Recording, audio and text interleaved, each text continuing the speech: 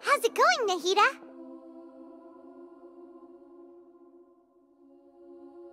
I'm done with the parts that needed my involvement to complete. Although it's my first time working with the Akasha like this, its internal structure and operation procedures are easy for me to understand. Greater Lord Rukkhadevata's design is truly brilliant. Oh, also, this is for you. Huh? What's this little floaty thingy? It's a small device I put together just now. You can think of it as an upgraded Akasha terminal. You may not need it right now, but it should be helpful in certain situations. Wait! This thing has the same characteristics as Paimon! We're both small things that float! Oh, all the things that make Paimon special got copied! When Paimon appears with the Traveler from now on, people won't remember Paimon because she isn't unique anymore!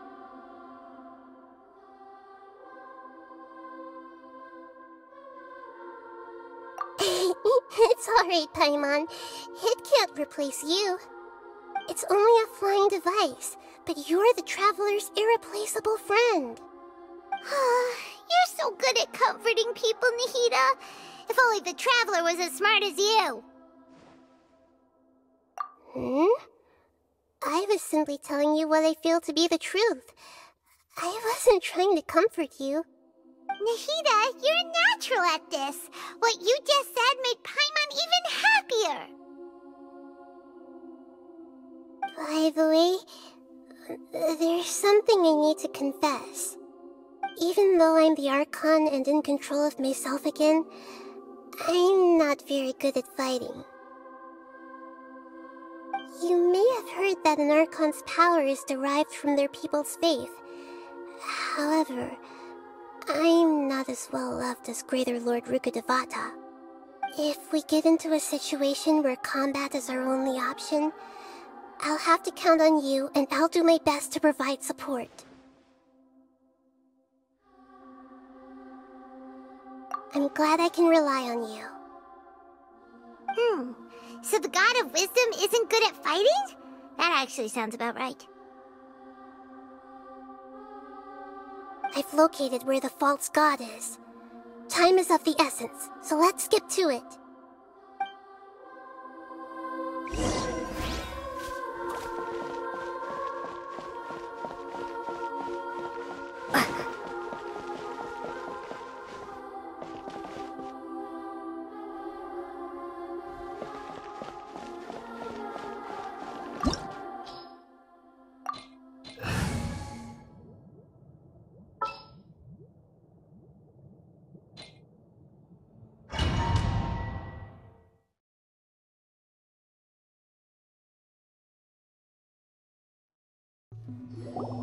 What is this place? Is this really the way we need to go? Wow. Who would have thought there'd be a place like this hidden right slap bang in the middle of the city? The sages wanted to realize their god creation plan without being discovered.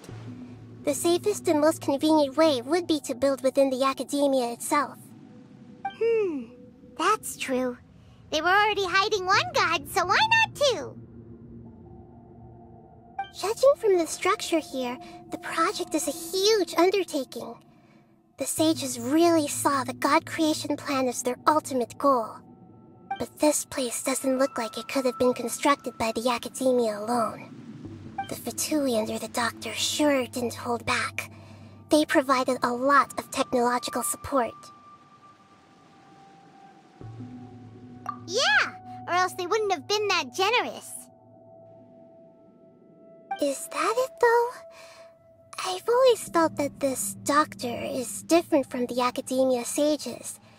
He doesn't seem to share their sense of urgency. Instead of being interested in the end product, it's like he's enjoying the experimental process.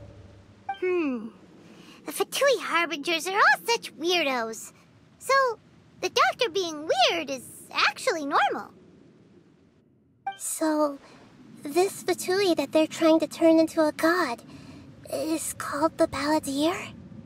We had previously come into contact with his consciousness.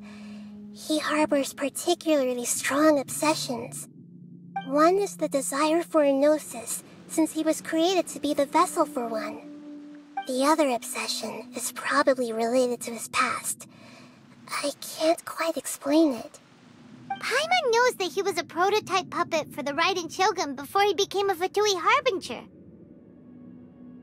That's why he wants a gnosis so badly. There's no way he'd willingly be a test subject. Not with that temper and ego of his. It sounds like you know the Balladeer quite well.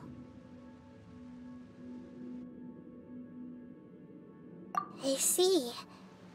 Tell me more about him and what he's like. The more we know now, the better we can plan for and react to any future situation.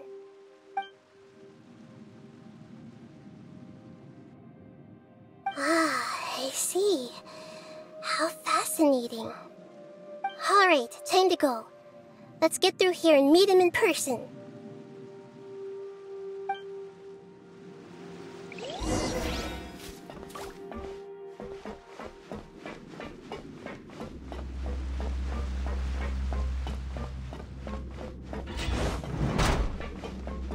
Time to work! Let's begin! I must leave no stone unturned, as a good knight should. Let's not waste time. Get out of my way! My duty will end here. Freeze! Animal hypostasis. Leave it all to me. I slipped up. Propagate! Ha!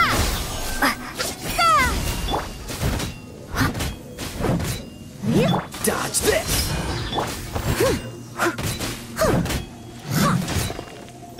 Scatter!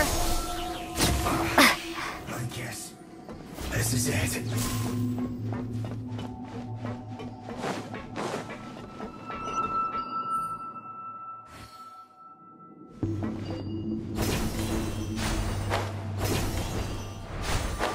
It looks like we can climb up these pipes.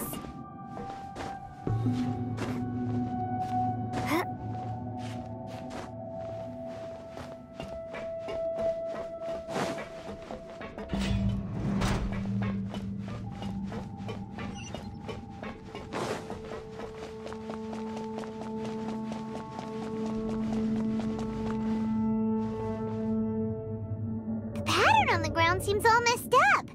Let's go around and see if there's a way to fix it.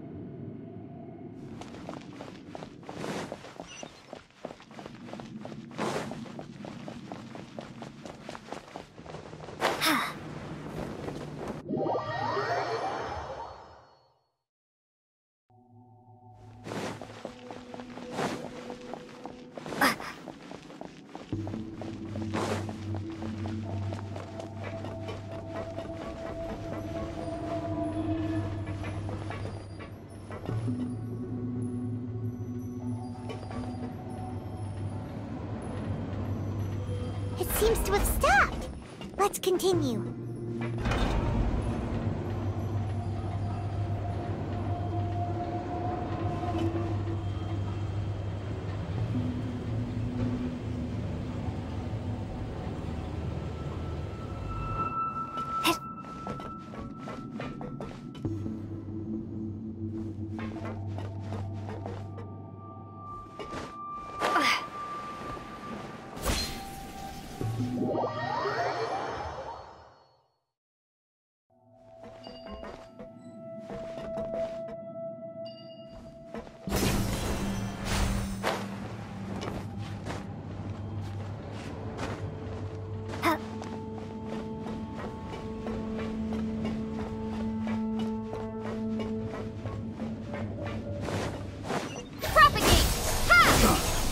Freeze!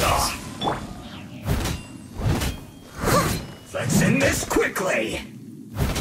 Steady as to Propagate! Dodge this!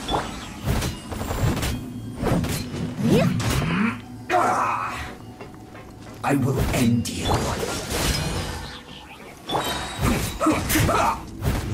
Don't get frostbite. This is bad. Scatter!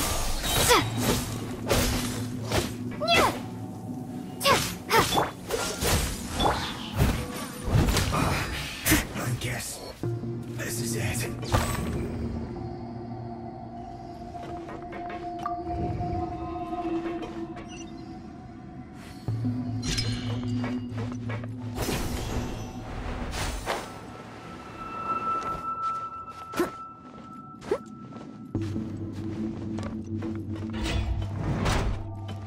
You'll get frostbite. Leave it all to me. Spring forth!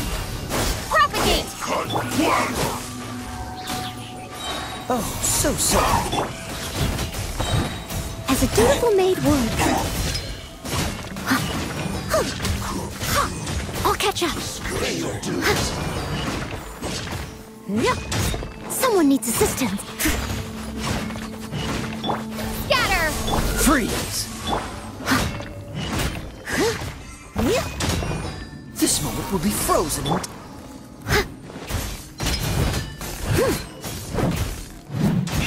You can't run from death.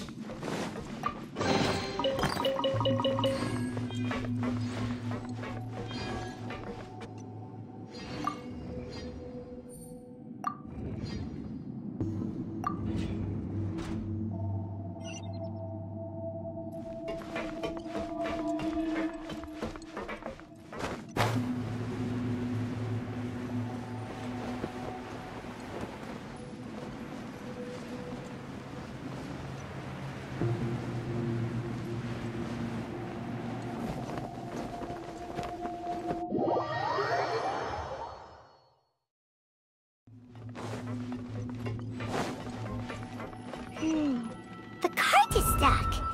Maybe there's something wrong with the tracks. Let's try adjusting the direction of the device to clear the tracks.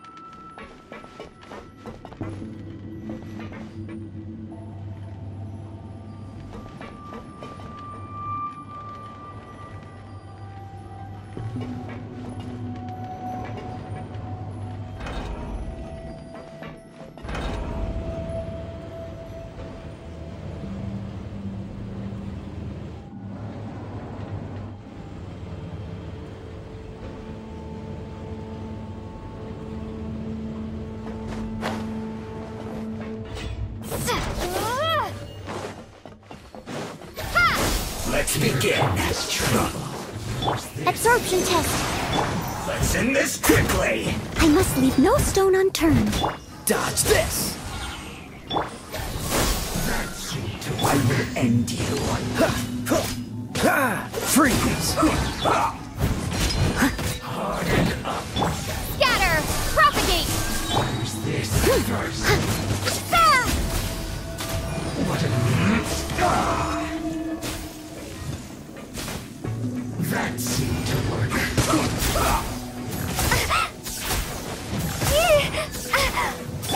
Leave it all to me. I still thought Frostbite! Ha! Propagate! Cool it! that seemed to work. I guess this is it. Freeze! What a Time to clean up. must counterattack. Steady as stone. Propagate! Finally, some quiet. Come at me. Cool it! Don't be a killjoy. We've only just begun. Let's move. This moment will be frozen in time. Freeze! You can't run. Germinate! Well, I see through you. Have a load of this. Cool it! Don't be a killjoy. We've only just begun. That all you got? Freeze! Let's move. You As a can't good run. knight should. Well, neither can I. I miscalculated.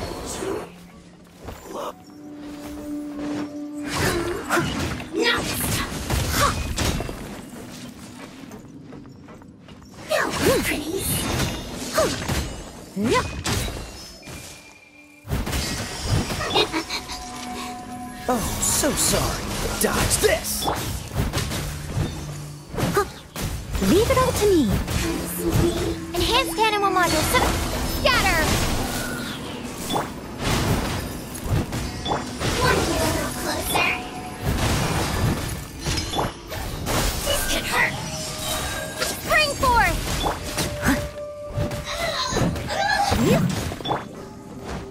Propagate! Scatter!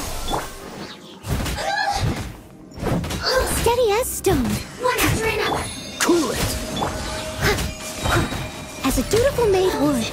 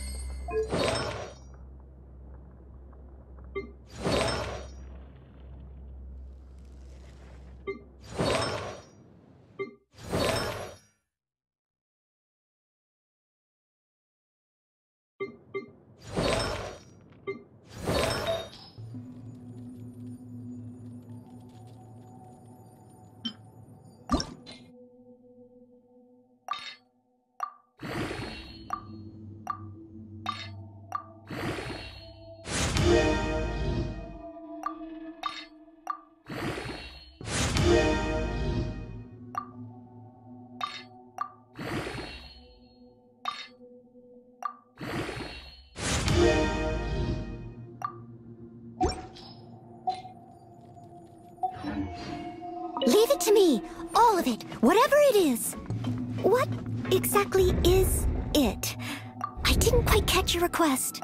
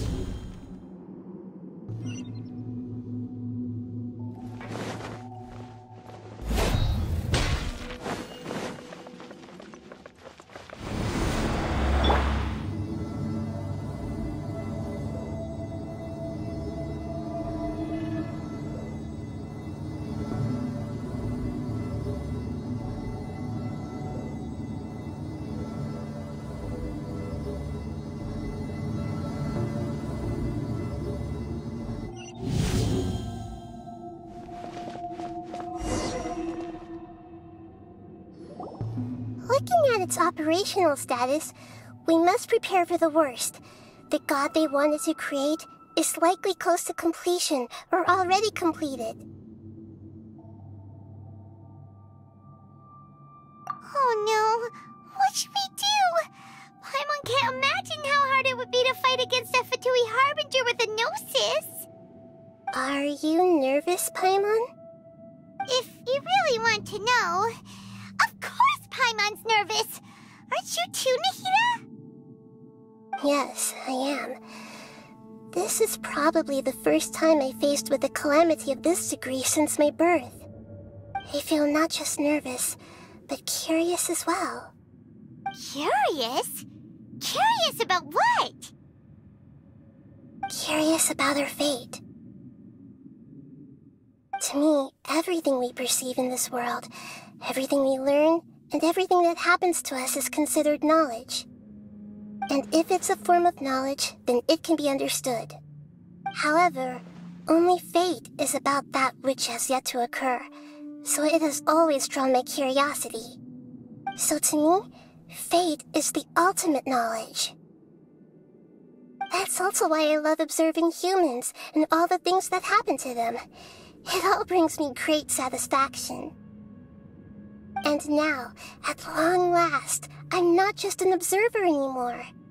I will personally experience my own fate with you by my side. Isn't this such a wonderfully exciting thing?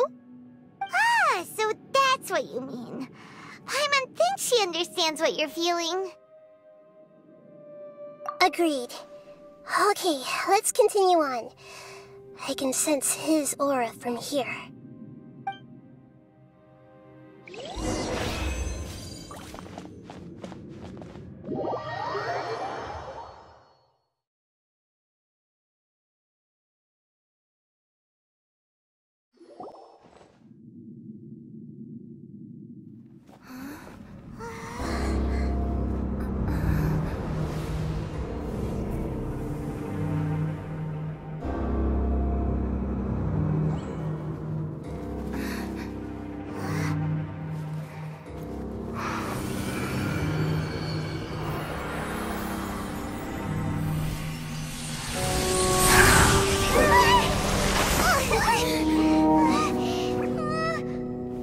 Who would have thought the world would be so eager for my birth?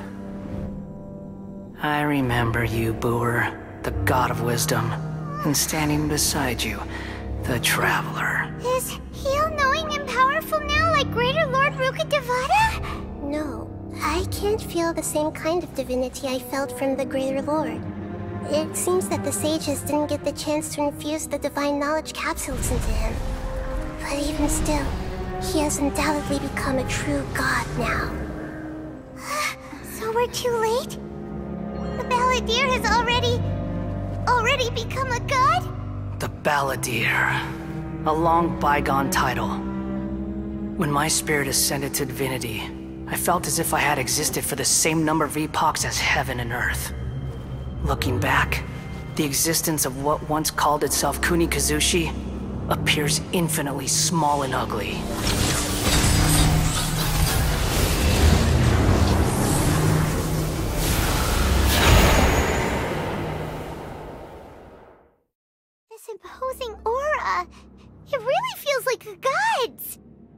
body that capitalizes on the balladier's original construction as a mechanical puppet, with the Gnosis serving as a constant power supply. How much effort and resources did the sages put into this? From a purely technological perspective, it's a commendable achievement indeed. It's no exaggeration to say, this is the culmination of human wisdom. You sure are something! Dishing out compliments at a time like this? But I don't think he's reached the spiritual height of a god.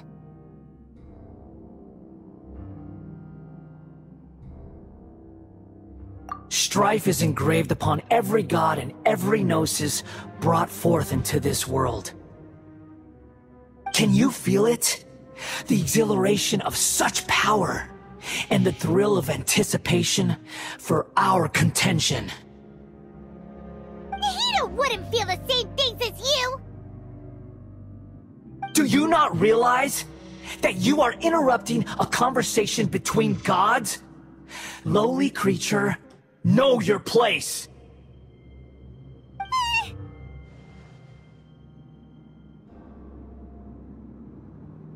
The strife engraved upon a Gnosis. You're talking about the Archon War. Tevat's current peace was not easily won. I didn't personally participate in the Archon War, but the way I see it, all those losses were meaningless, driven by the demands of the laws. There's no point in bringing it up again. Is that so? Yet I am deeply disappointed that I was never allowed the fortuity to personally participate in the Archon War. This is a first, encountering a god in this world who does not crave power. No wonder your own people have abandoned you, god of wisdom.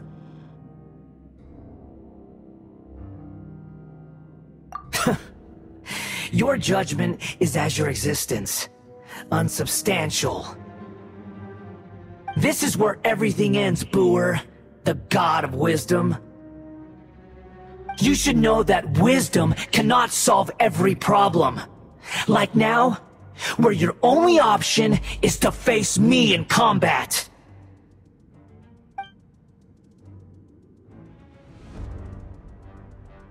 Come! Let us reenact a scene of the Archon War. Come and inaugurate my birth as a god.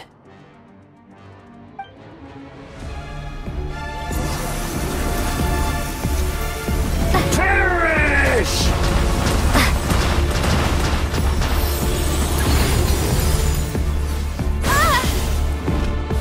Feeble human!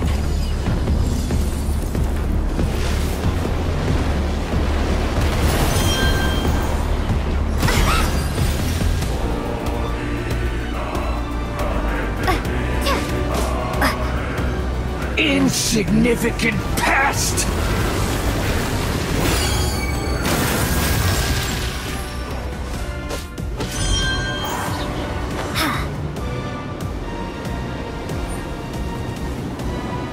My endless cycle begins!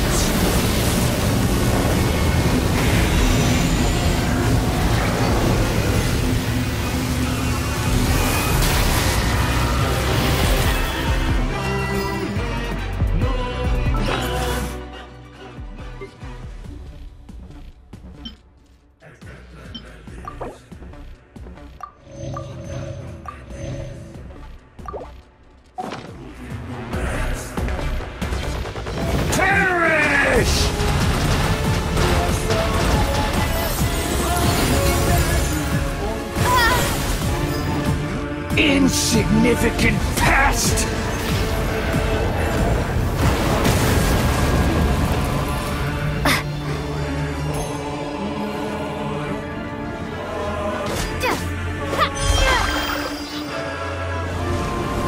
Churn!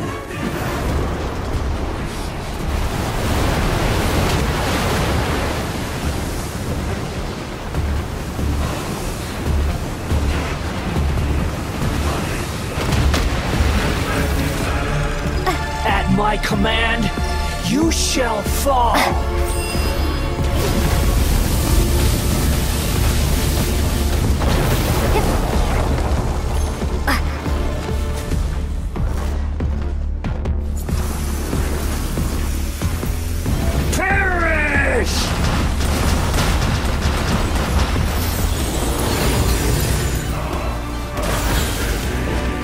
Insignificant past!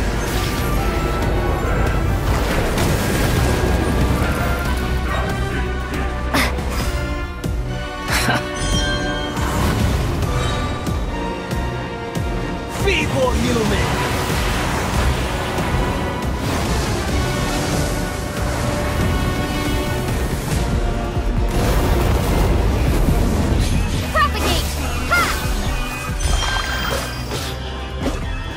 My endless cycle begins!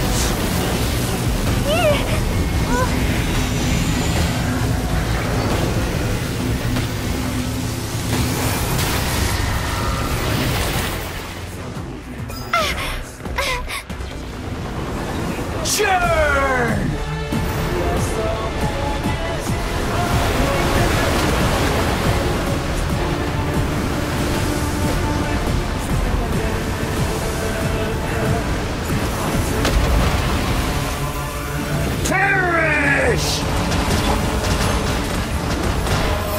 Someone needs assistance.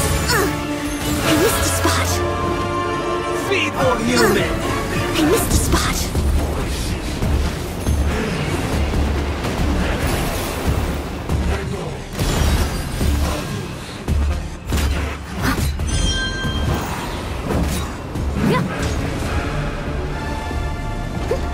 Someone needs assistance. At my command, you shall fall!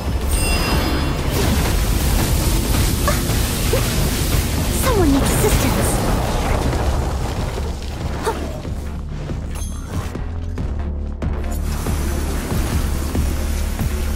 Perish!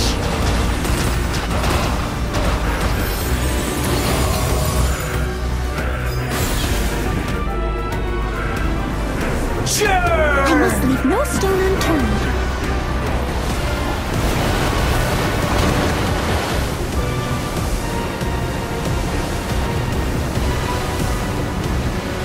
Feeble human!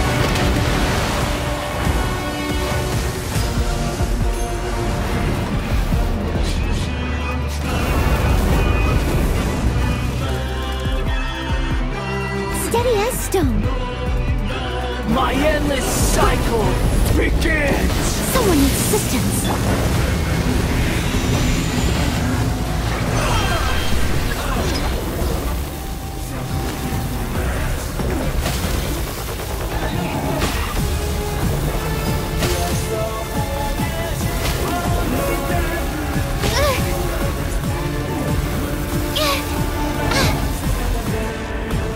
Don't break my glasses!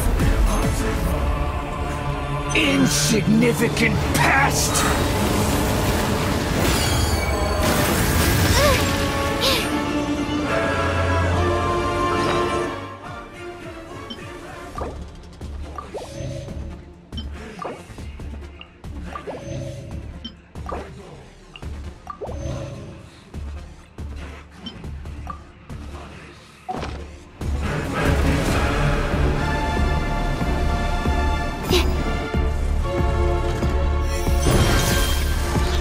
At my command, you shall fall!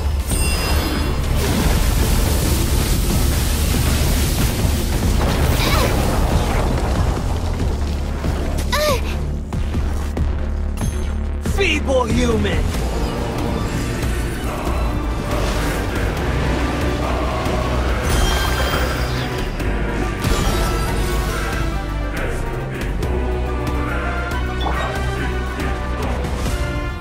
Insignificant past!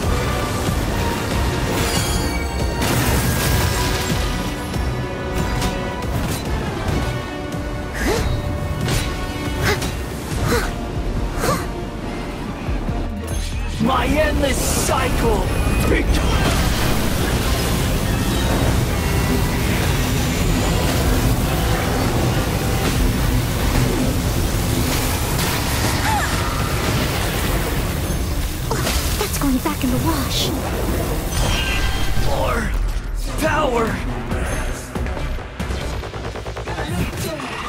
Leave it all to me, as a good knight should.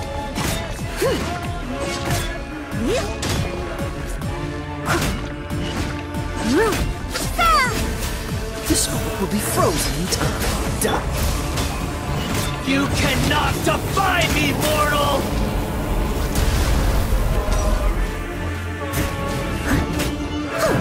Feeble human!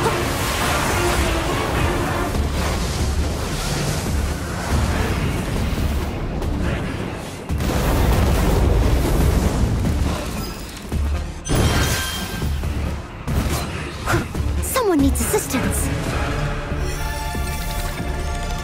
At my command, you shall fall!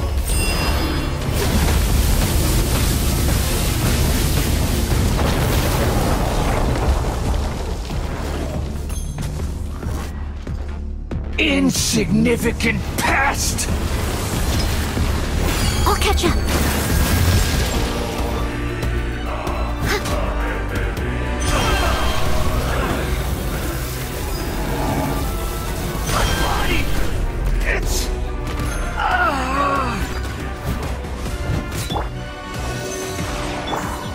Freeze! Scatter! Propagate!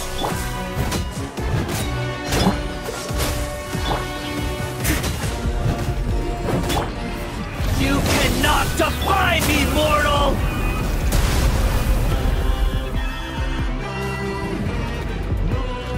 My endless cycle begins!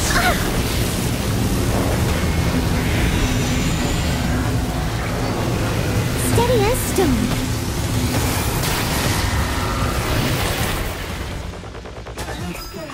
Someone needs assistance. Insignificant pest!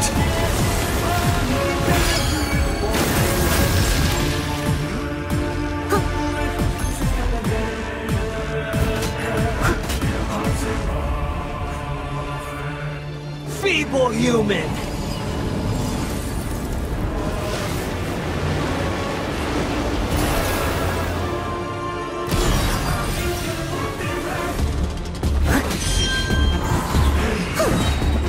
Time to clean up. At my command, you shall fall! I missed a spot.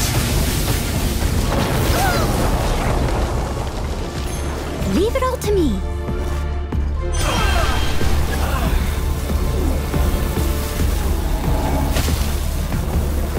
I'll catch up.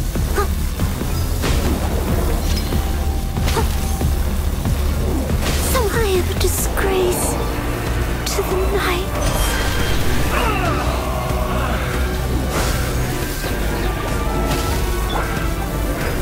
Exterminate! Don't get frostbite. It was my honor to serve you.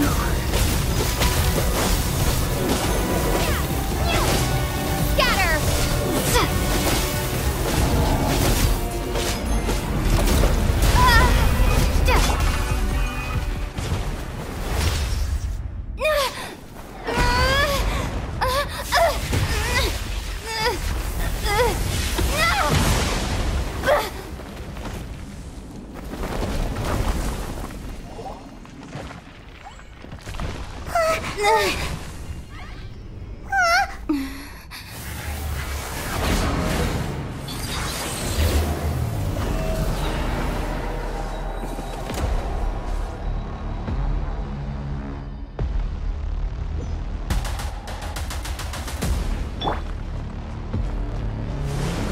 Tremble!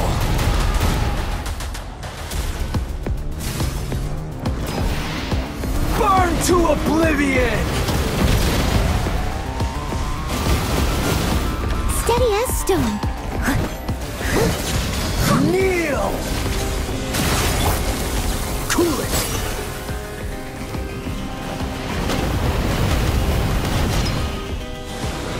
Tremble!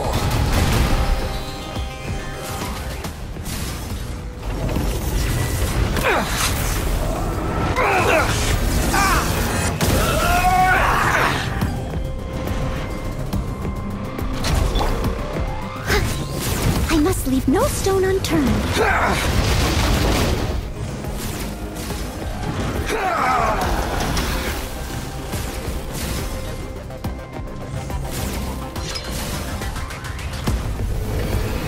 Reality is pain!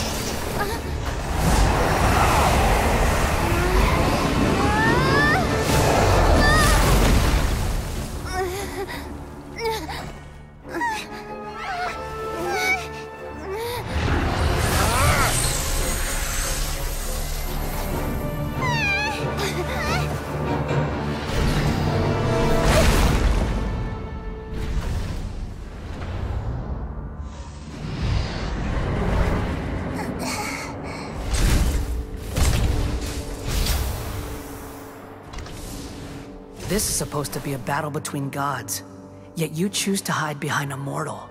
And now, you're acting like you'd sacrifice yourself for a human. Are you having fun proving a false sense of heroism to yourself, Booer?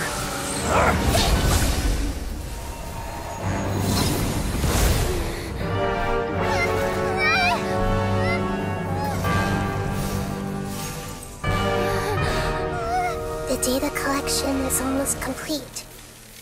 Do you even know how many times you've tried to take my gnosis from me?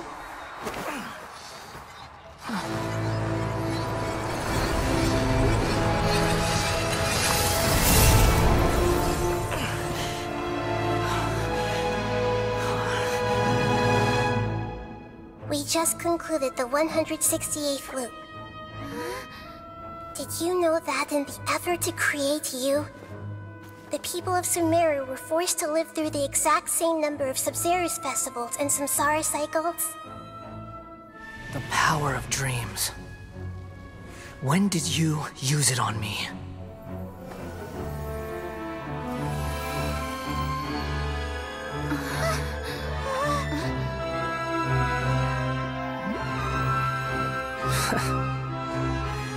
You can't even defeat me in a dream. What do you hope to achieve with this little trick? Come, Traveler. Just like before. Allow me to awaken the memories in your dreams. All that battle experience! It's more than that.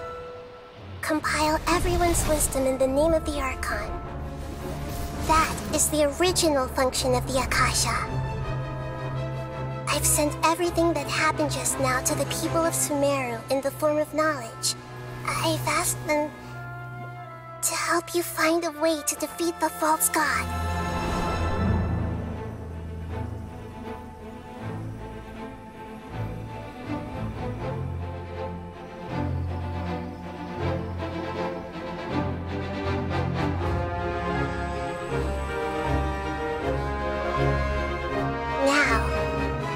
Sumeru's wisdom is at your disposal. Meaningless tricks won't save you!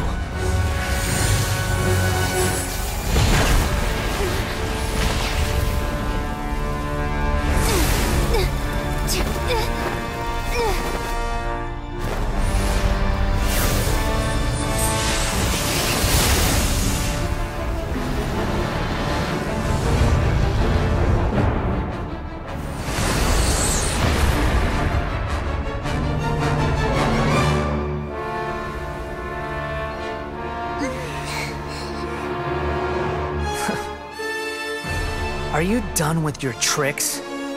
Can I finally take this as a real battle between gods? I'll leave this to you, the first sage of Booer.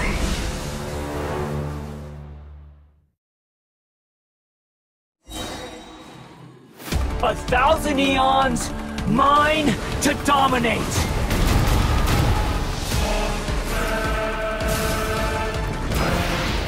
Burn to oblivion!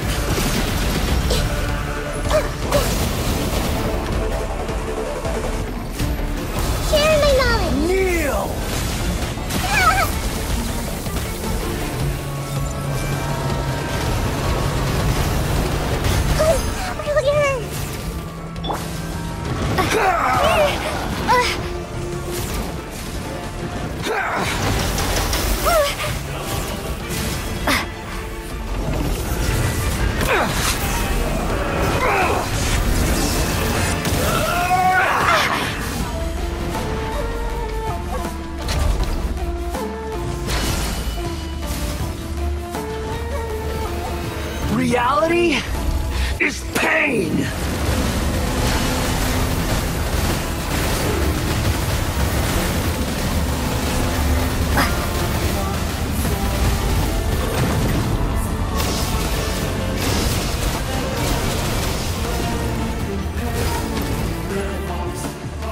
Good riddance, cruel world.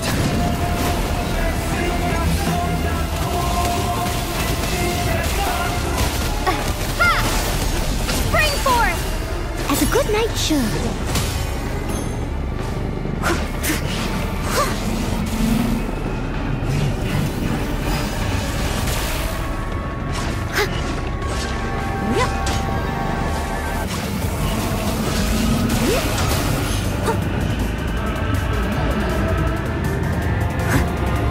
Leave it all to me.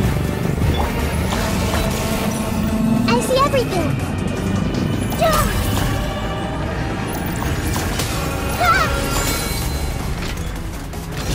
Your new god awakens! Now, your eyes have been opened.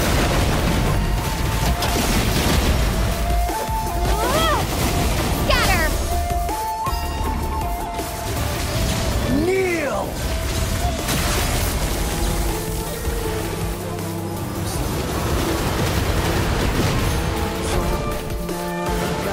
Tremble!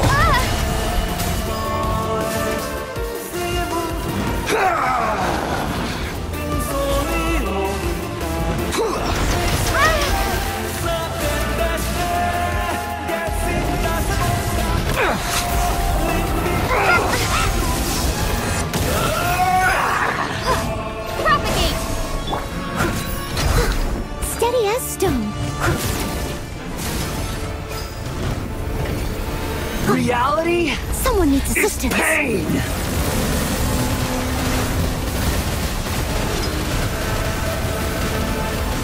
I'll catch up.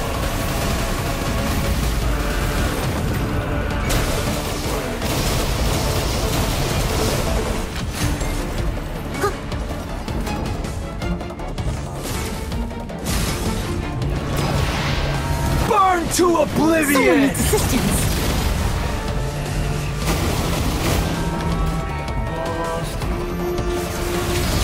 Kneel!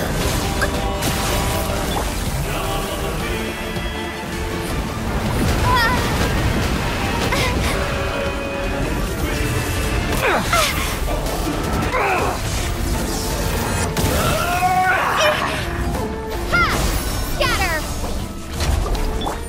Freeze!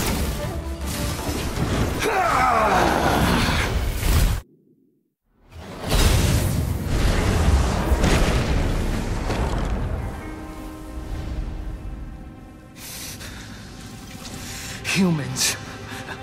Filthy humans.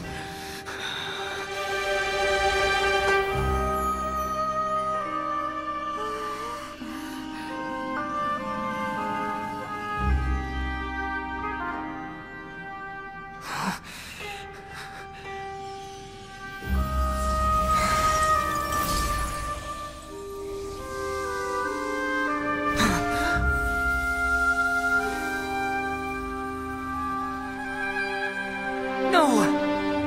Wait! Please! Anything but the Gnosis!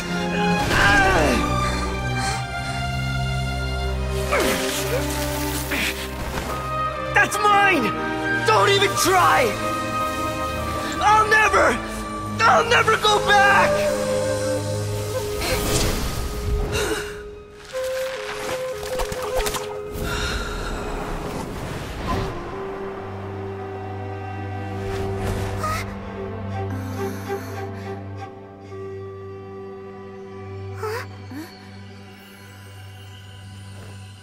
We haven't yet found the answer to the most important mystery.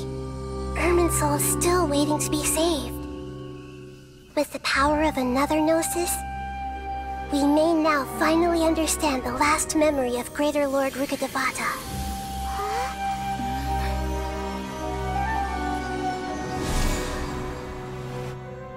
This is... That's right. This is the last memory of my predecessor.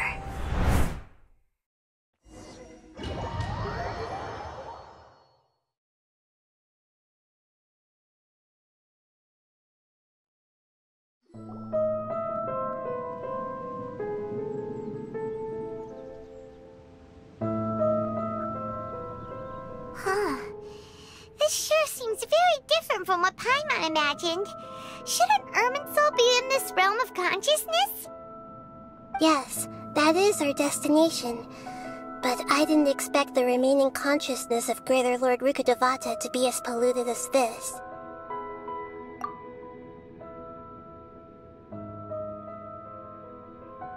Forbidden knowledge? It seems you know about a concept that even I don't completely understand. Could you tell me what you know?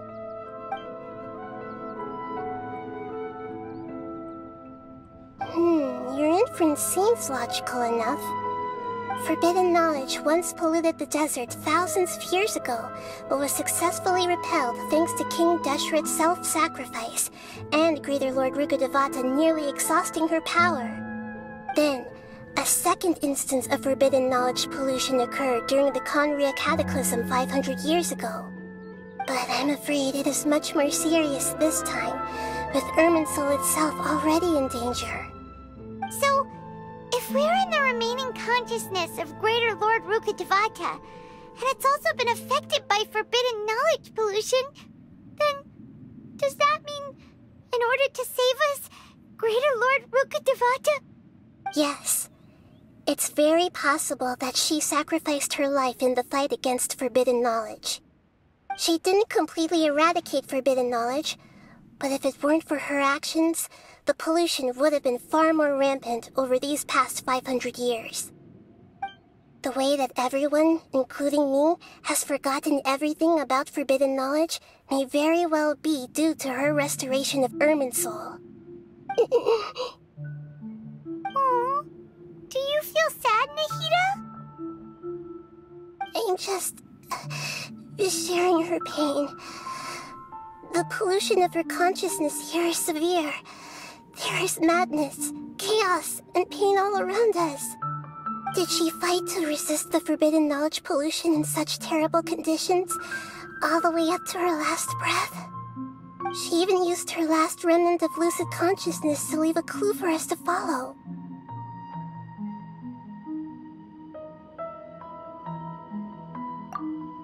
Yes, her words were distorted by forbidden knowledge, so that's all we could hear. But now, we have a chance to find the answer to this mystery. We can cross the polluted consciousness until we found the right path to meet with her lucid consciousness. And then, we'll let Greater Lord Rukkhadevata tell us the truth in person. Each of us need to be mindful of the state of our own consciousness while we are here. Even with the Gnosis' protection, we must always keep a clear mind. Otherwise, we could go mad at any moment. That's so scary. Don't worry, it should be easy enough for you to keep that mind of yours clear, Paimon. Let's go.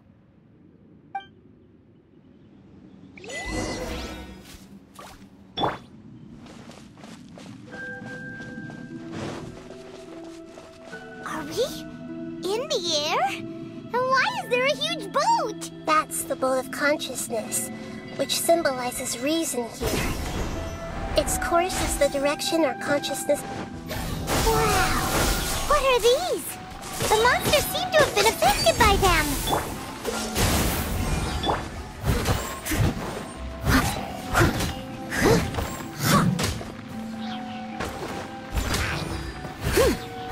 Cool it! This moment will be frozen in time.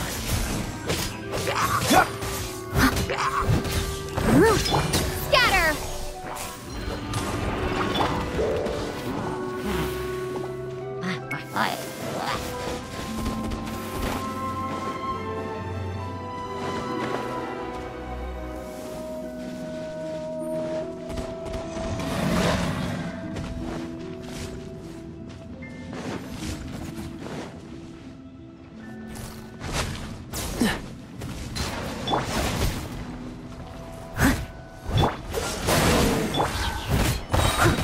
Leave it all to me, as a dutiful maid would.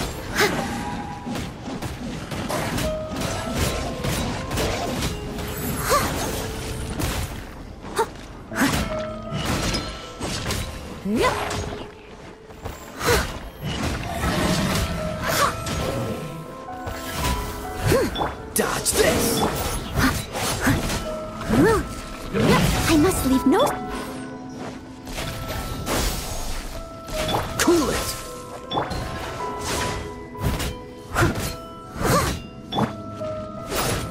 Propagate! Ha! Oh, so sorry.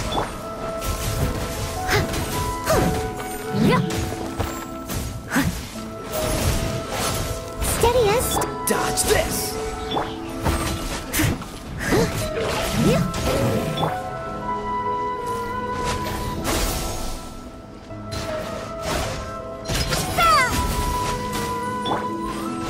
Cool it!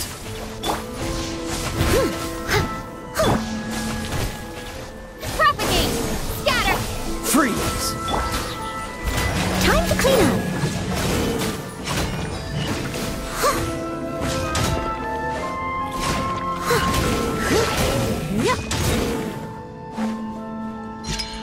Look! A four-leaf sigil has appeared in the sky!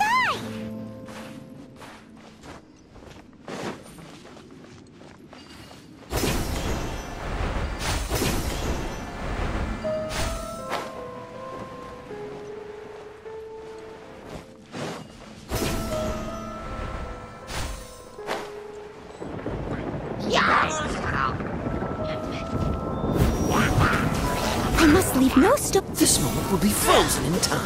Dodge. I'll catch up. Propagate! Cool it!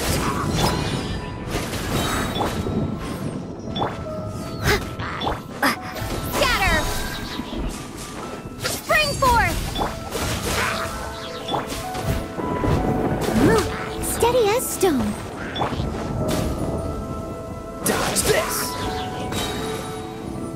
Oh, so sorry. As a good knight should.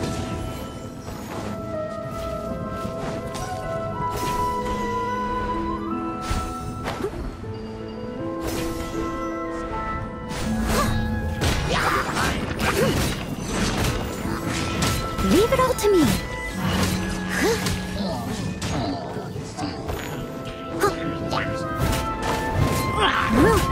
Freeze!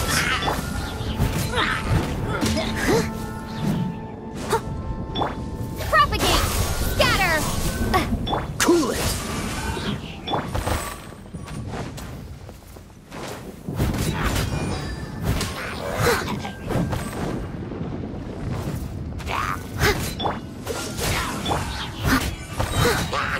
Time to clean up. Don't get frostbite.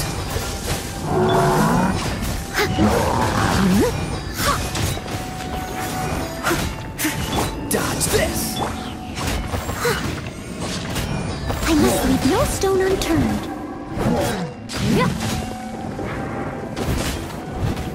Cool it! Ha! Scatter! Yeah!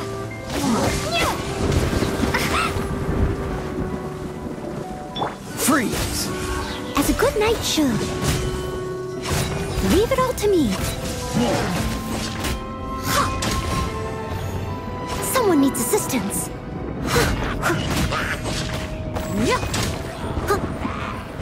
To control the boat of consciousness, we need to find the helm first.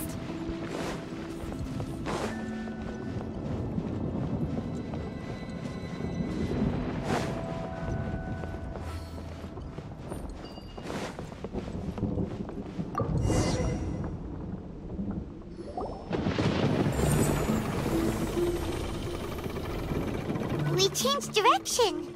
Are we still going the right way, Nahida? Judging from the current route, the boat of consciousness will soon take us out of here.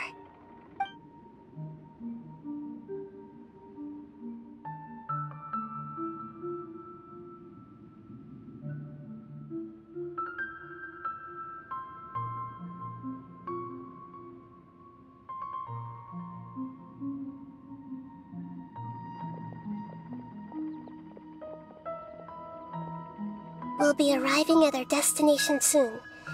How are you feeling? Are your minds still intact? Huh? But everything's been completely normal for Paimon. Hopefully there won't be any more interruptions.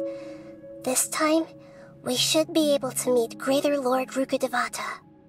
Are you saying you've never met Greater Lord Rukkhadevata before?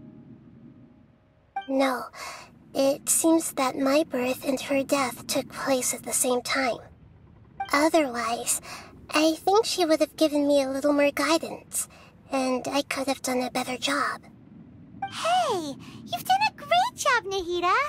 Let's get out of this creepy place and go meet her.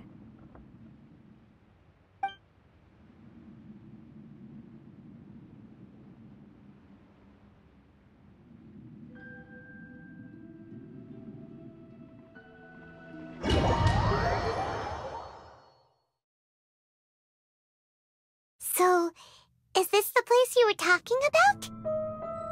The base of Irminsul?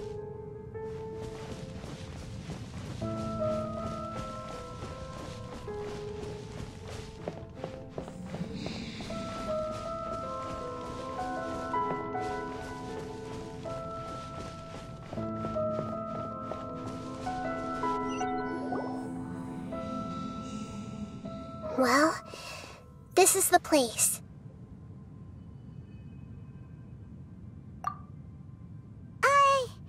We're here to find Greater Lord Rukkhadevata, right? But the one standing over there is... Is that me? She looks exactly like me. Are you Greater Lord Rukkhadevata? Yes, that's me. Are you surprised by my appearance?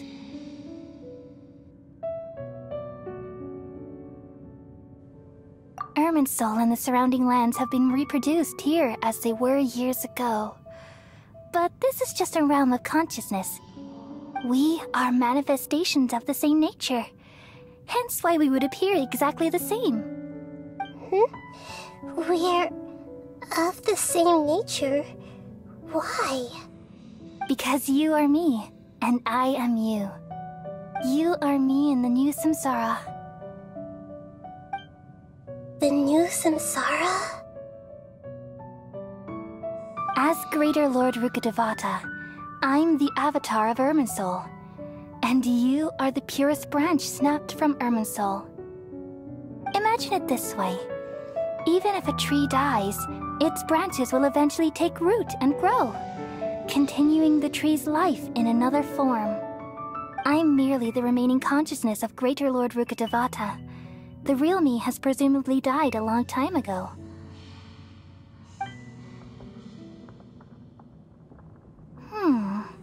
Judging from your appearance, I've probably been dead for 500 years. But you're finally here. My new self in the samsara.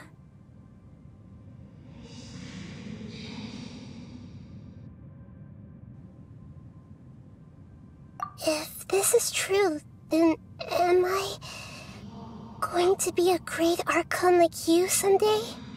Though we share the same nature, our fates are bound to be different. All things have their own fate. When a branch grows into a mature tree, it won't be the same as the original tree. That's why fate is the ultimate knowledge, isn't it? That's a great insight. Yes, very good. It's also precisely why you won't become like me. Really? But perhaps you may become an even greater Archon than I. I already see a determination in you that I didn't possess in my time, and the future that it leads you to will be yours alone. Along with the blessings from your past experiences. Don't worry. The growth of wisdom is like that of a plant.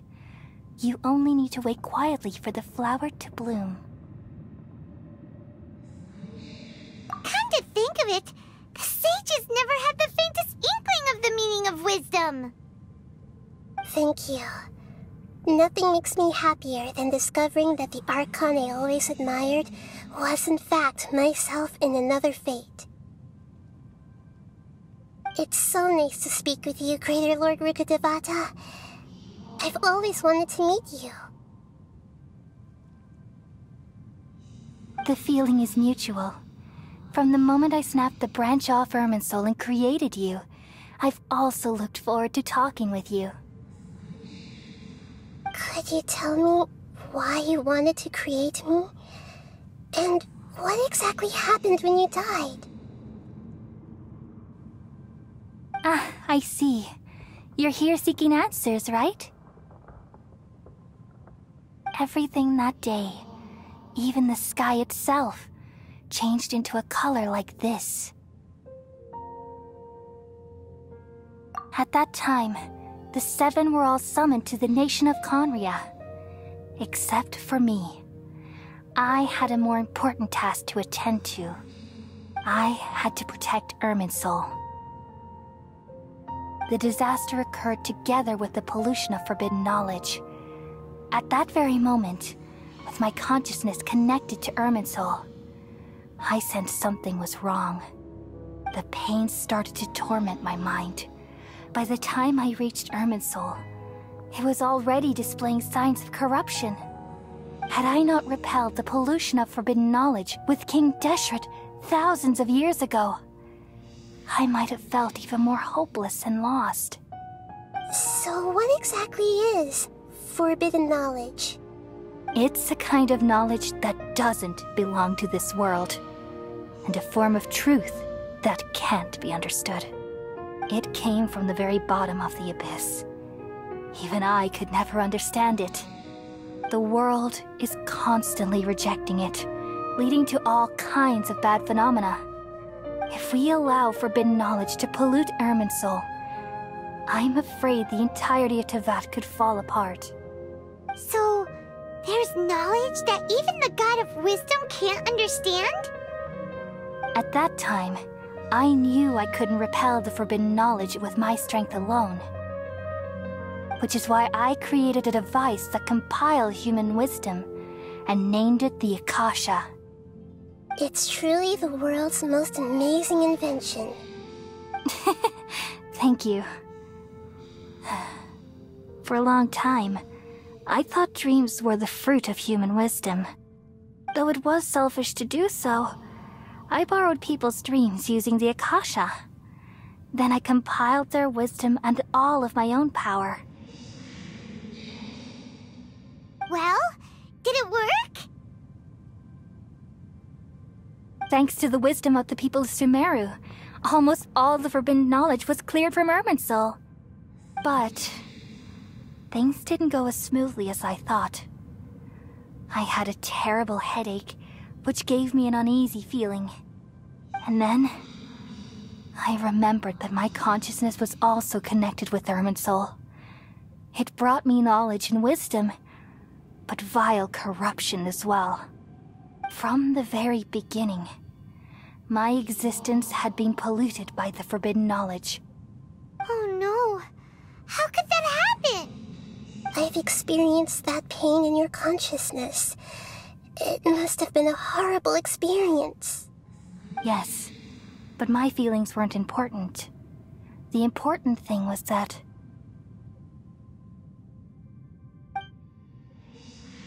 even if I died, my existence and everything related to me would continue to exist in Irminsul as memories and knowledge, meaning that the forbidden knowledge couldn't ever be permanently eradicated. And there's no way for me to eliminate myself. It would be a sort of paradox. So, I took the purest branch of Irminsul as my incarnation in the next samsara, and left a trail of clues, all in hopes that you would come here and remove me and my pollution from Irminsul forever. Wait, no, I can't. So you realize what that implies. You are very smart indeed. Irminsul has all the knowledge and memories of this world, And as you've realized just now, removing me from Irminsul means I essentially will never have existed in this world. But this is the only way to save Irminsul. People love you so much, and they've missed you so much over the past 500 years. I am exactly the same. So how can we just forget you like this? Is there really no other way? There must be something else I can do. You're the god of wisdom, Booer. You should know that there is no other way. But this is so cruel. I don't want to forget you. No need to feel so sad, Booer. As someone who delights in wisdom, you should feel joy at finally finding the answer. These are the words in their entirety. The answer you've been seeking all along. Let the world completely forget me.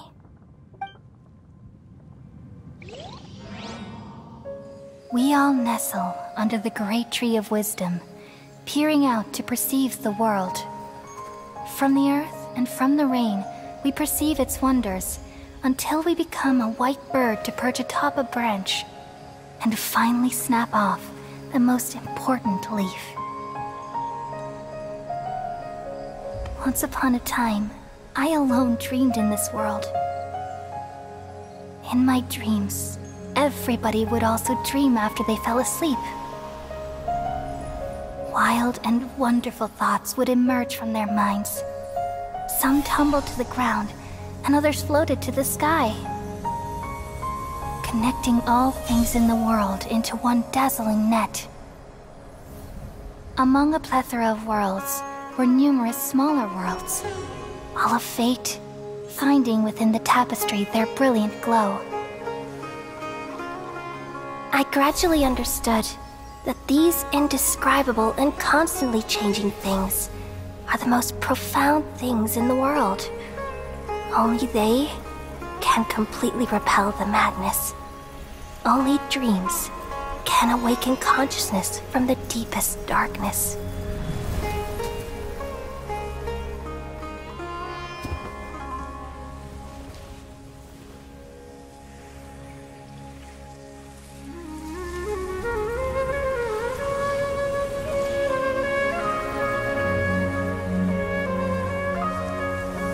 I'm the one who posed this question, yet also the one who sought a solution. Saving the world with the dreams of the people used to be my answer. And now, you've also found your own answer, and I shall return all the dreams to the people.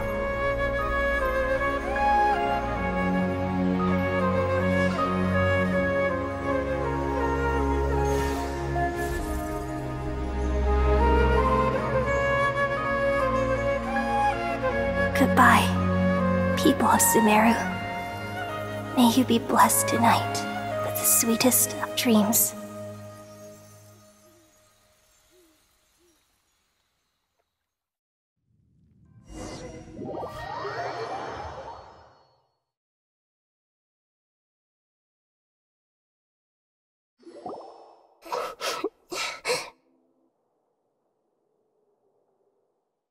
I'm alright. I'm just a little confused. We've just saved the world, right? So why am I crying? I don't know where this feeling inside of me is coming from, but I feel very sad. Just now, we used the power of two gnosis to successfully connect with the Irminsul consciousness from 500 years ago. Then, we removed the remaining pollution from Irminsul. Yeah, what's wrong? Weren't you there just now?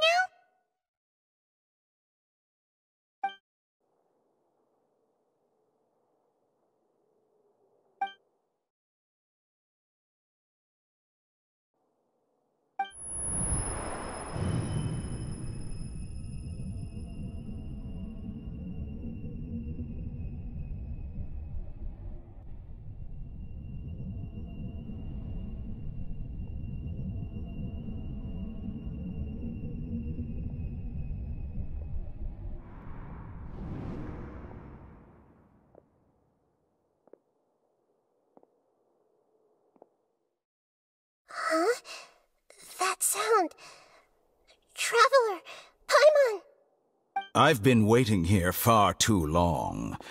But finally I have the chance to be alone with you. All the precious time I wasted has finally paid off. The doctor! What have you done? Just a type of sound wave that can quickly put defenseless people into a dream. As I expected, it doesn't have any effect on gods. This is the only thing of interest I found among the sage's research. I thought I'd take it for a little spin. Don't worry. I know you would never forgive me if I actually killed them. I'm here to negotiate with you.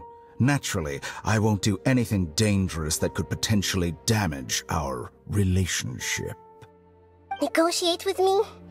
I heard you had already left Sumeru. Why are you here again now? I left Sumeru, but I also stayed in Sumeru. Even the God of Wisdom is restricted by the habits of cognition. How disappointing. You mean there are many different versions of you in this world? An astute guess. Even the same individual will have different cognitions at different ages. A long time ago, I made a major decision in hopes of preserving all my perspectives of how I observe the world.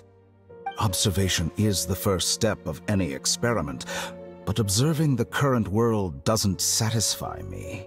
It lacks an important dimension, that of time. So I saved segments of all my ages and made them into independent individuals. That's all there is to it. Indulge me. How does the God of Wisdom find my method of seeking knowledge? It's an insult to the very concept of life. Life inherently has many rules and restrictions, each with its own significance and reason to exist. They can't be broken on a whim. Good. Amazing, even. Indeed, it's difficult for humans to make peace with themselves, not to mention oneself from a different period. Since you're in the academia, why wait until now to show up? You could very well have stopped us and helped that fake god. Simple. Let me ask you this. Would any staff member ever help the subject in the middle of an experiment? It was my experiment. So why should I interfere with the results? The academia saw the plan to create a god as their ultimate goal, yet you only saw it as an ordinary experiment. You really are crazy. If the experiment succeeded, you would have had a new god on your hands. How would you have faced your own god then? Would you still take the same stance? Would you still hold the same view of yourself? I'm first and foremost a scholar. These results should be left to the judgment of the hypothetical me confronted with that outcome. But you're right. And that's exactly why I'm disappointed with the conclusion of this experiment. As an individual, you don't have any sense of belonging. You seem to have even fewer convictions than a typical scholar. Oh no, I certainly have my own convictions. They just don't fit your standards, that's all. All right, that's enough conversation for today. The experiment is over, and it's time to tidy up the equipment and reclaim any useful materials. For example, the Gnosis. Lesser Lord Kusanali, you're an intelligent Archon. I'm sure you understand the disparity in our combat abilities at this time. Besides, you have no way to use that Electro-Gnosis in battle. Didn't you say you were here to negotiate with me? Somehow, it's starting to seem like you intend to take it by force now. I'm merely stating a fact. After all, I'm also a scholar. Naturally, I hope to show proper respect and dignity to the God of Wisdom. Your hypocrisy is built on absolute confidence. I understand your scheme, but... what if I were to destroy the Gnosis now and awaken the heavenly principles? Awaken the heavenly principles? Do you think that's really possible? The heavenly principles have been silent for many years, but the Gnosis are symbols of their control over Teyvat and all the laws. Will the destruction of a Gnosis attract the attention of the heavenly principles? And if so, how do the Fatui plan to deal with the consequences? Do you dare to gamble such a possibility with me? Gamble? How surprising. I thought you would show evidence or use rigorous reasoning to prove your point. The word gamble is the last thing I expected to hear from the god of wisdom. But this is a clever move. You must have seen through me when I first captured your consciousness. As a scholar, I respect all possibilities. This has always been my principle and is an essential trait as an experimenter. Indeed, I can't ignore this possibility. So tell me then, what are your conditions? This foreign Gnosis will only lead to disaster if it stays in Sumeru. But this Electro-Gnosis is the prize I obtained after defeating one of your fellow Harbingers. Now, as the one who initiated this cascade of events, shouldn't you pay the corresponding price? Price? Interesting. What price would you have me pay? How about erasing all your other segments? So this is how you wish to restrict me, the most threatening opponent of the Nation of Wisdom. What you request of me is like plucking out the eyes I have placed in the dimension of time. Segments are extraordinarily difficult to make. They require extremely rare resources and enormous amounts of time and effort, requiring me to destroy them all here and now. Bravo. A suitably wise decision on your part. Yes, how very interesting. Can I assume that you have long been wary of me? Among all the versions of me, this segment you see now is the most selfish. If it weren't me, your idea wouldn't have worked. What did you see when you were imprisoned? You were observing me, and that's how you know I've long grown tired of their doubts and endless arguments. Like you said, it's difficult to make peace with yourself. Being as smart as you are, have you managed to do that? I see. If you think all those versions of me are worth a gnosis, then deal. You sure didn't hesitate much. Is the relationship between all the versions of you really that bad? I don't think there's any need to dwell on that. The surplus versions of me can be exchanged for a gnosis. Do you think anyone can offer themselves at a higher price? Besides, with my abilities, it's only a matter of time until I find better perspectives. Perhaps it's best to say, you're just temporarily ahead. But what I'd like to know is, how can you be sure that I've really erased them? I can see your remaining honesty.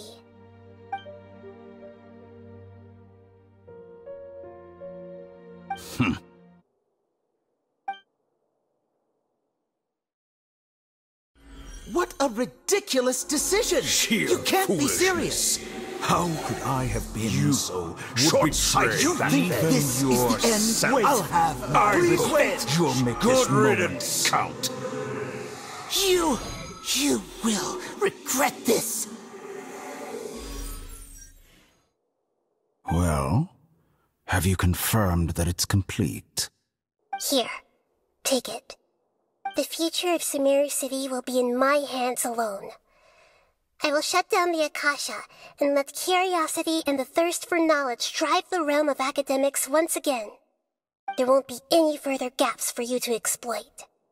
It truly pains me that my academic achievements have never been appreciated in my homeland. Of course, I have no interest in being rejected by this city for a third time. Another chess piece. And where is your dendronosis? Don't be greedy, Harbinger of Snezhnaya. No, this is a different transaction. If you intend to turn off the Akasha anyway, then there's no further use for the Gnosis of Sumeru, is there? Besides, isn't it the Archon's duty to deliver what's desired of the Seeker? Oh, judging from your expression, you don't seem to find the idea very agreeable. Then let's think of it this way. Since you're the god of wisdom, how about I exchange some knowledge with you? People exchanging knowledge with the god of wisdom is the stuff of legends. Yet here you wish to exchange knowledge for the god of wisdom's property. Arrogant as that is, it has piqued my interest. Let me ask you, have you in all your mighty knowledge ever heard the rumor that the skies of Tevat are fake? Huh? That's the secret hidden by Irminsul concerning the truth of this world.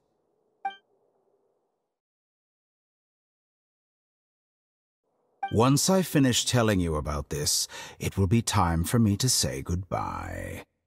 With negotiations, we've all gotten what we wanted. I'm very glad I got to meet you like this. Your arrogance may know no bounds, and convictions may mean nothing to you. But I'll still listen to what you have to say.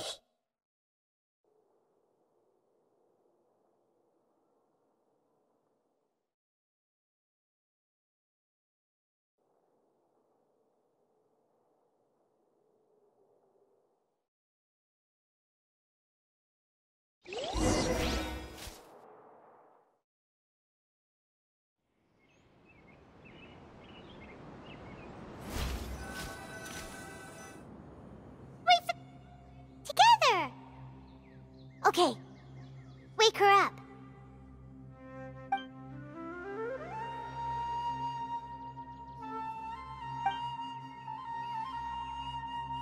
Are you awake? Kali says it's time for breakfast. Come on, get up! Good morning! How are you feeling today? Good to hear. It looks like we've recovered pretty well. Not even Tainari could stop us from going out now, right?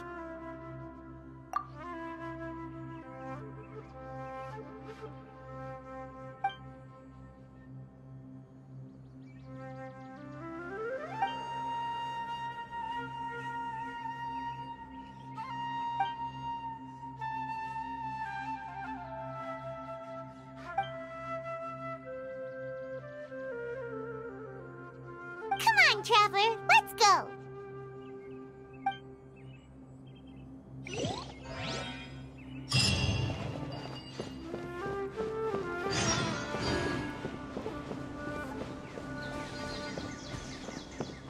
How many Rukashabab mushrooms do I need to sell? Good morning!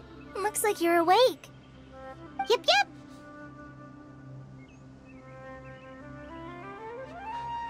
I prepared some breakfast today. Please have a taste. I hope you like it. It's nice to have you here so we can eat something yummy. Well, now that I've recovered from Elazar, I'm feeling better than ever. I can even prepare 4 or 5 meals a day now. And Paimon bets they're all delicious.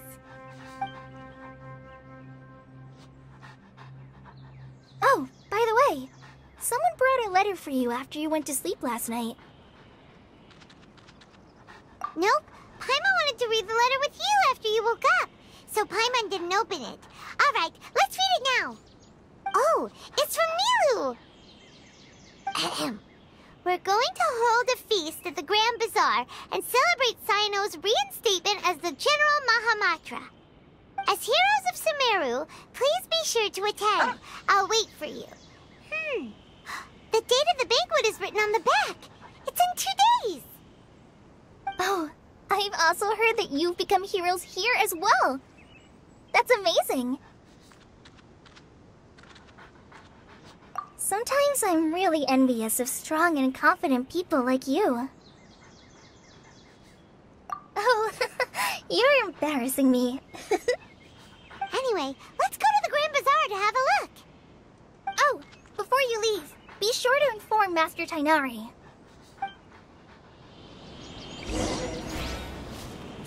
Everything has been getting better lately, and my mood has been improving as well. You can come find me anytime if you need anything. You're welcome. I was just doing my duty. Remember to talk to Master Tainari before you leave.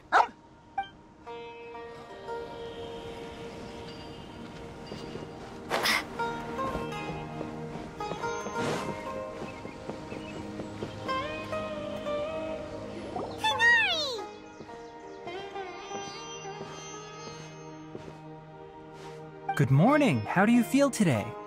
We feel much better. How about you? I'm recovering well. Thanks for asking. But from the looks of it, you seem to be already busy with work again. It's fine. I'm not that busy, really. The Elazar patients have recovered, as well as Hypatia. For now, I only need to tend to my Forest Watcher duties. It seems once Irminsul started getting better, everything else started to recover too. Yes, but there are still some residual effects. The withering is one example. Though it won't spread anymore, the existing zones won't just disappear. We forest rangers will still need to do the work. By the way, we have some good news. Sino got his position back. This news is hardly new. He had already mentioned it to me before. Huh? You mean he was already here? Why didn't he come to say hi to us? He visited once, but he was afraid of disturbing you while you were resting. He just asked me a few questions and left. Then you probably already know all about the celebration feast. Celebration feast? No, I haven't heard anything about that.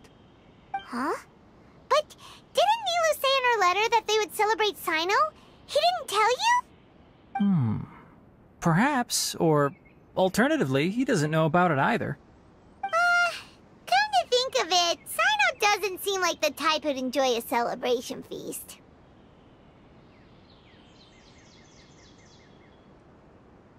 You and Kale are both Sino's close friends. Why don't you come to the feast with us? Kala has taken over some of my tasks these days. I don't think she'll have time for it. Not to mention me.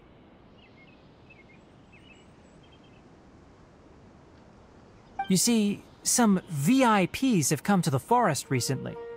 Huh? VIPs? Very important Paimons? Well, technically speaking, they are former VIPs.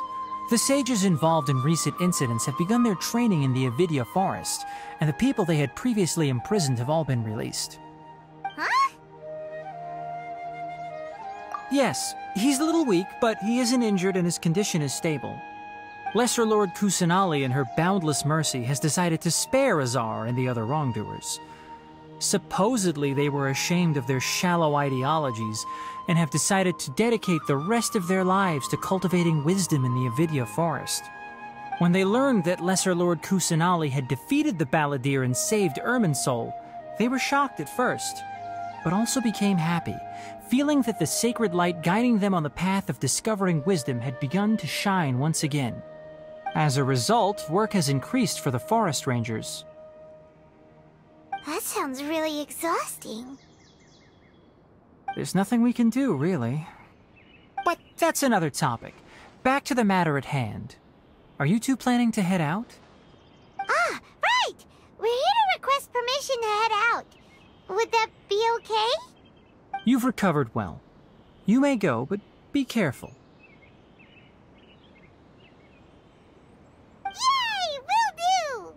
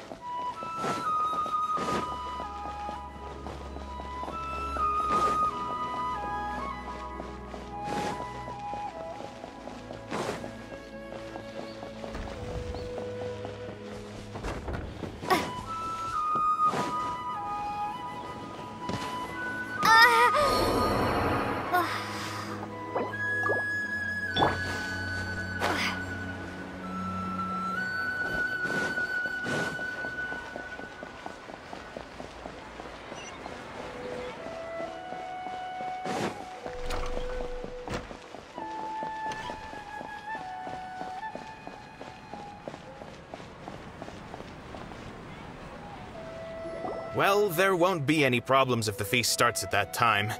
Everything has already been prepared. Mr. Zubair, I finished tallying things up here. Well, except for the guests. Is a simple reply really that much to ask of our guests? It's affecting our arrangements!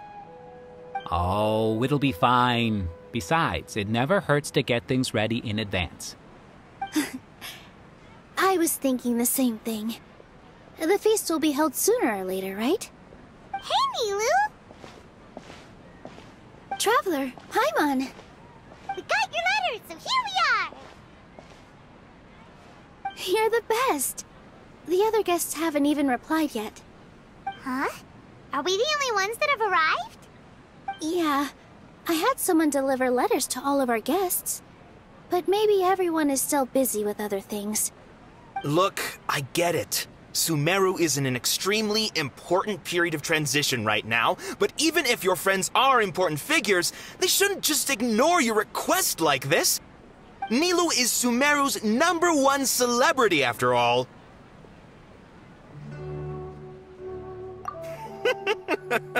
You have no idea how happy I am to talk to people with good taste! If you consider enjoying Nilou's dances having good taste, then almost everybody has good taste. Because Paimon thinks everybody will love her performance. That's right. We all think she's amazing too. Nilou is an absolute favorite among those of us who frequent the Grand Bazaar. For Outlanders, you have a great eye. Master Zubair, let's have a vote for the most outstanding audience members next time. I think these two may win. Nonsense! It is not for us to determine the value of an audience. But indeed, we could try giving gifts to people with particularly good taste. I heard there's a device in Fontaine called a camera that can record people's appearances as pictures. Such pictures would make superb gifts. Ooh, good idea. I wonder where we can find one. I don't want you giving pictures of me to everyone. I'm satisfied just being able to perform here. There's always a lot going on at the Grand Bazaar. Yeah, and that's why I love it here. Traveler and Paimon, could you help confirm if the letters were actually delivered? If for some reason they didn't receive the letters, then please tell everyone that there will be a feast here. Yeah, we can also check out how everything in Sumeru is going now.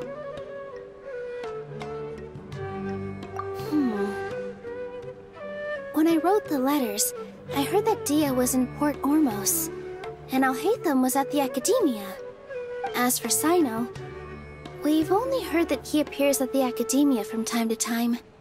I'm not too sure about Rahman's whereabouts. My guess is that he's with Dia. As for Dunyarzad, I just hope she's feeling better. I sent her a letter, but I was afraid of disturbing her.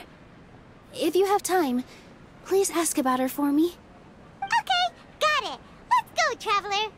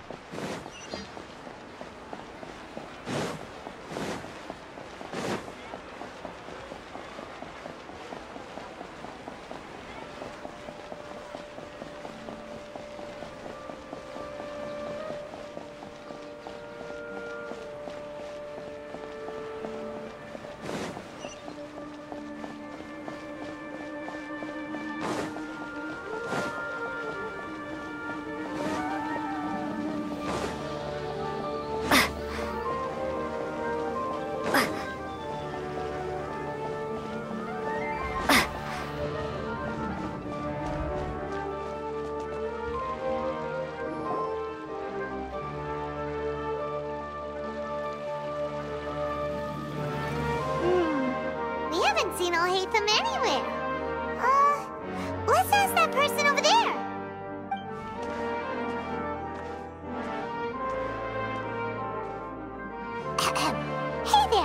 have you seen Al-Haytham around? Yes, it seems Scribe Al-Haytham has gone to the House of Dana.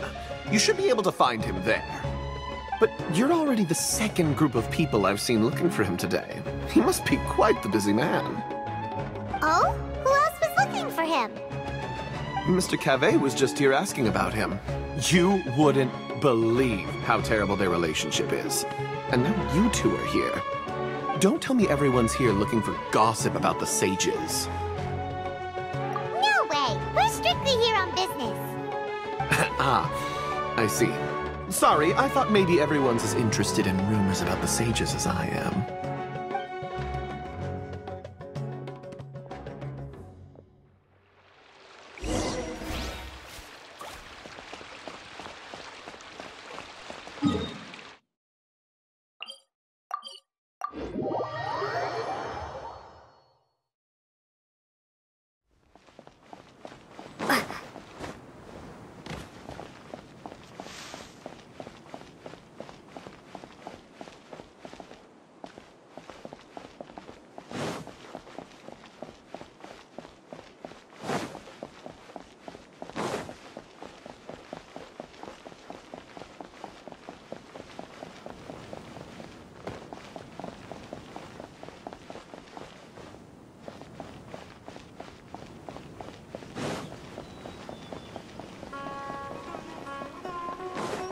What?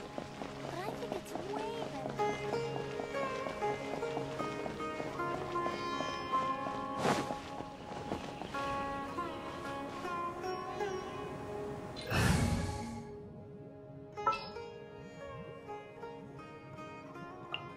Time to broaden our horizons again.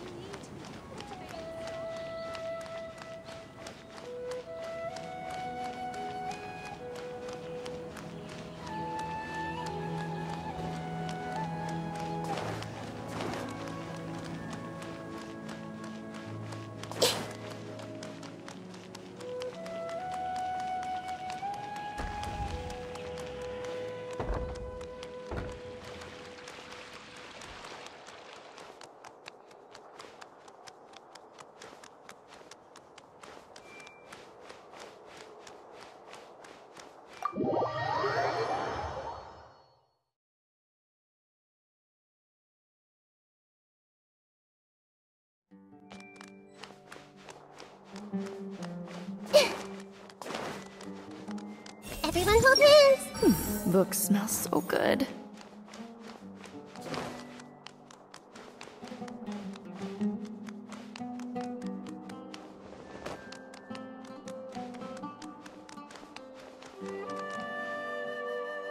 Oh, Hatham should be around here somewhere, right? Oh, he's over there! But it looks like he might not have time for us. Just put down that worthless book and tell me what happened in the academia. This is not just some worthless book. Do you have any idea how difficult it is to find a physical book like this in Sumeru? It doesn't matter. It's probably just another thing that you used your authority to get your hands on anyway. Just put it aside. Listen, I came back today only to hear that the sages have disappeared. Oh, you sound surprised. I thought you would already know the inside story. Would I be here asking you if I knew? You're the scribe, not me. So just tell me what you know already. Well, I almost became a sage. Huh? Oh, don't sound too surprised now. You're the renowned Kaveh, light of the Ksharawar. Besides, as a master builder and craftsman, chances are you'll be appointed as a sage too. Why do I feel like you don't really mean it? Huh. What makes you say that? Why would you question my heartfelt sincerity? Maybe it's because you've never said anything good about me before. Yeah, well, I share a similar sentiment, and anyone who knows you as well as I do would surely do the same. Oh, you... See? This is why I hate discussing anything with you. Your ridiculous and arrogant attitude always gets in the way. It seems that you really can't stand my personality. Ha! What was your first clue? Well, then you might as well move out of my house. Are you threatening me? Stooping to a new low, I see. Ugh, and don't change the subject. You, a sage? What a joke. The academia might as well just close tomorrow. Are they having a fight?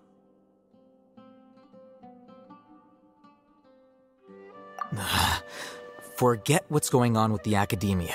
Haven't you been busy with your construction project? Tell me, when are you going to build yourself a mansion? Don't get me started.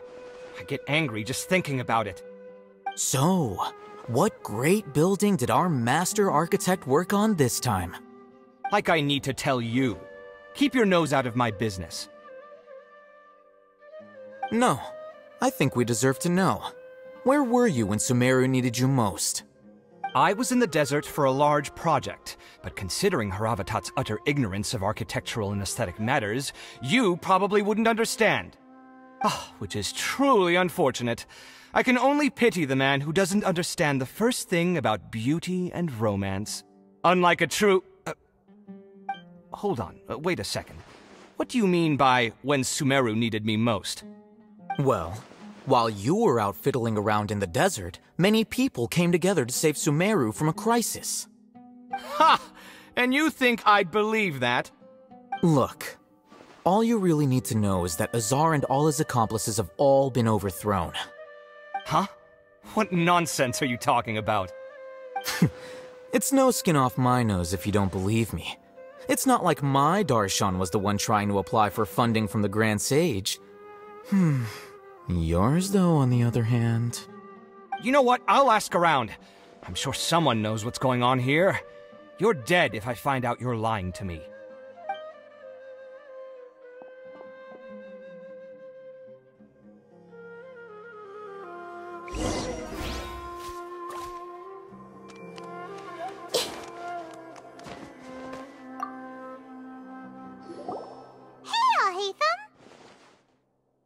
Oh, it's you two. What's the matter? We're running some errands for Nilu. Have you received her letter? Letter? Nilu said she sent out a letter inviting everyone to a celebration feast in 2 days at the Grand Bazaar.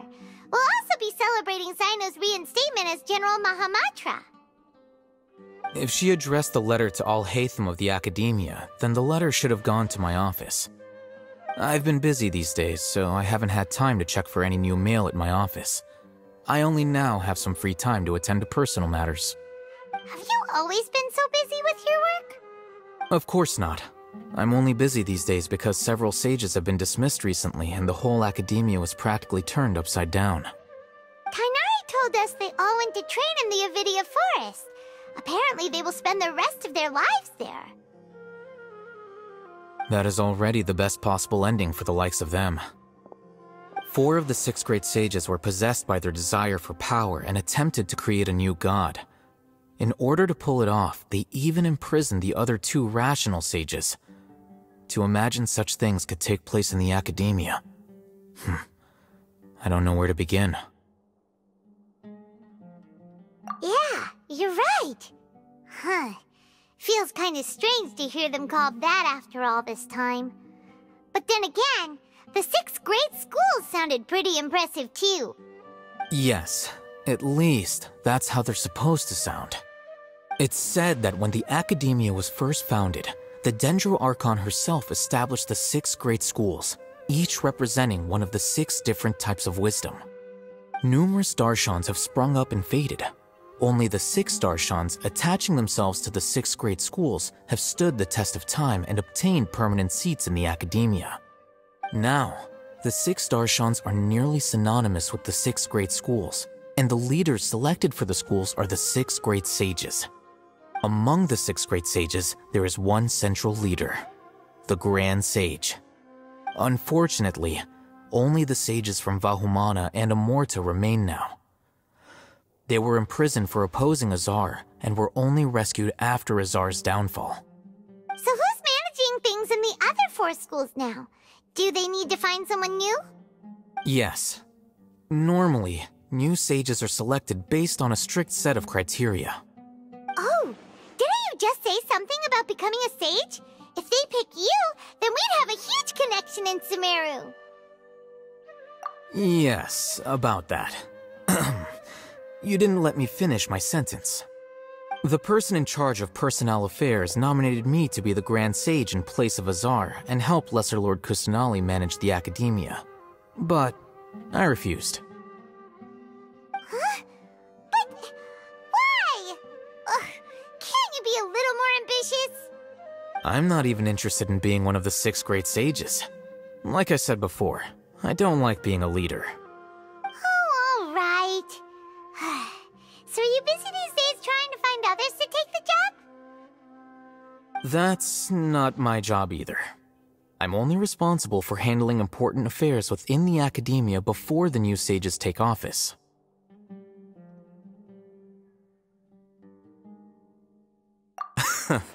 And the first thing I'll do is reject Kasharawar's application for funding.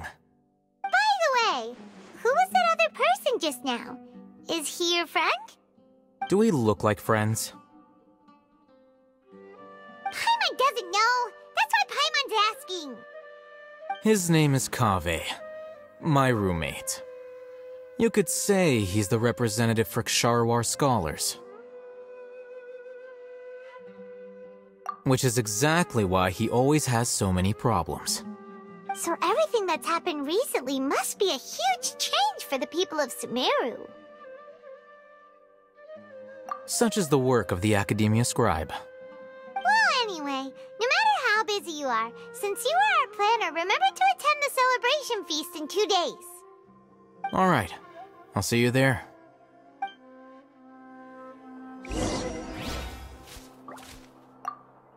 The House of Dana is the last quiet place in the whole Academia now.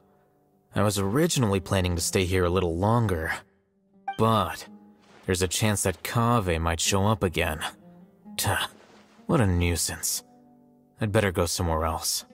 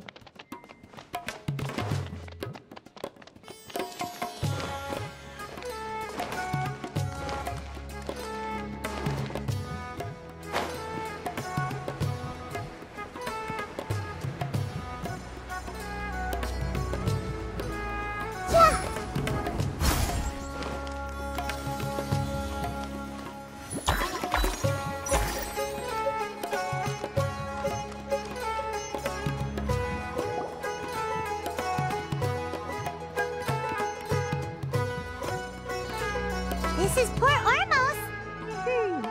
Now where could Is that Paimon I hear? Huh? It's been a while. How are you doing? Dad! It's been so long since we've seen you! I'm doing well. I can go as far as saying I have never been happier in my entire life. I don't know if you've heard, but Elazar has completely disappeared, and all the patients have recovered. You kidding? Knowing them and the connections they've got, I'm sure they've heard about it. Yeah! That's right. My lady is feeling better now, so I'm accompanying her for a walk. Why do you still call me that, Dia? You've already informed my father of your resignation. I guess I'm just used to calling you my lady. Old habits die hard. Resignation? You mean you're quitting? Yeah, I might start losing my edge if I keep being a bodyguard for the Homayanis. You know that my parents and I are fond of you, and that we appreciate you very much. It wouldn't be a problem if you wish to continue to be our bodyguard. I'm not a woman that's easily persuaded. You should know that by now, my lady. When I took this job, I had already decided that I'd quit as soon as you'd recovered. It's time for me to get back out there and chase that horizon. So what are you gonna do now if you're not gonna be a bodyguard anymore? I want to take a risky job and put my body to the test again. Huh? But we literally just finished one of the most dangerous jobs ever! Are you getting bored already? I know. If I hadn't joined in that plan with you, I wouldn't have come up with this idea. I guess I still get fired up by that feeling of going all out in a fight. It made me realize that I'm still a mercenary through and through. Life is short, and I'm happy that I got to be a part of that operation. But the whole thing also made me realize that there are still many problems in Sumeru. And as a desert dweller, I'm still not completely ready to settle down on this side of the wall. Well, I remember a friend had someone bring you a message. You mean I'll hate them? I didn't expect him to still remember that. I thought he was joking. We just came from talking with Alhaitham at the Academia. Did he tell you that he suggested that I come work at the Academia? What?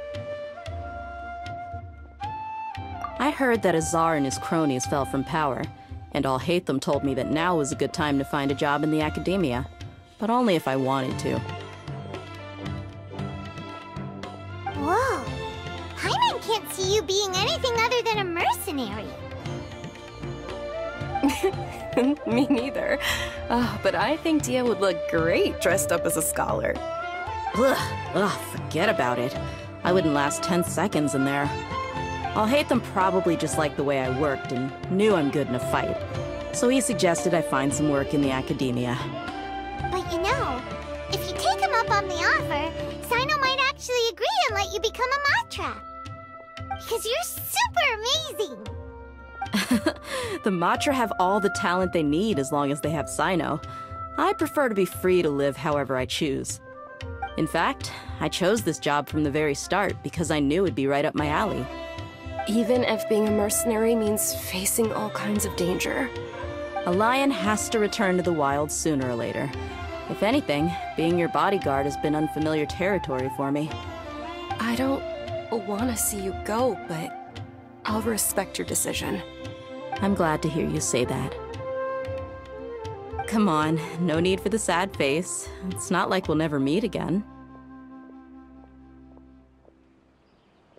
Once the whole Dendro Archon thing is settled, everything in Sumeru will take a turn for the better. That makes me happy too. But a peaceful society will probably mean less demand for mercenaries like me. Before long, we'll be a dying breed. So I'd better get to work while I still can. Huh? But wait a second! You make it sound like you're leaving now! Well, no, not yet at least. I promised my lady I'd stick around until next week. So, have you been in Port Ormos this entire time? We were wondering if you had received a letter from Nilu. Oh, did Nilu write to us? She heard that you were seen in Port Ormos, so she sent the letter here. Huh. It was probably sent to the inn that we're staying at. My lady has been very energetic lately and keeps taking me on hikes, staying out even into the night. By the time we get back, the receptionist is usually off napping on the job. Right, and we tend to leave quite early in the morning, so the old man on duty is also usually dozing off. So what it really sounds like is that the person on duty is always asleep. I bet the letter's at the reception desk. I'll go check later. No wonder there wasn't a reply. You never received the letter. Good thing Nilu asked us to come and check on that. Sorry to make you two come all the way out here. It must be something important for Nilu to specifically write to us like that. Yes, she said they were preparing a victory feast in the Grand Bazaar, and will also be celebrating Sino's reinstatement as General Mahamatra. She was hoping you could come. Great! I'll be sure to attend. Count me in too. But is there some sort of dress code or anything for the feast? Can I just show up looking like this? Since it's being organized by Nilu, I don't think she'll be too picky about that. If anything, I think she wants to see us as our most natural selves. All right, then this is how I'll show up. The feast will be held in 2 days, so don't forget. Sure. Thank you so much for letting us know. We'll see you there. Oh, by the way, do you happen to know where Sino and Raman are? The General Mahamatra always comes and goes without a trace. Normally no one knows his whereabouts. Oh. But last time we met, he mentioned that he had something to do in Aru village. You can try your luck there. As for Raman, your guess is as good as mine. I only remember he said that he had something to discuss with Sino. You can ask Sino when you meet him. Don't mention it. You'd better get going. All right, on to our next stop.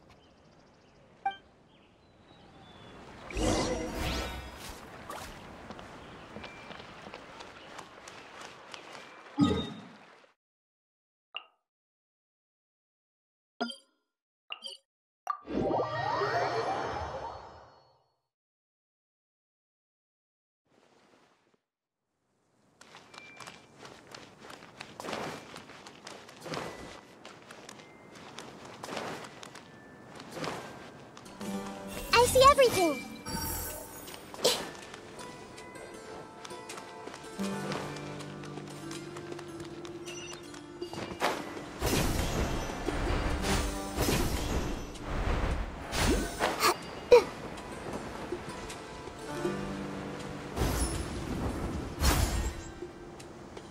It's been a while since we last visited Aru village. Ah, there's Sino!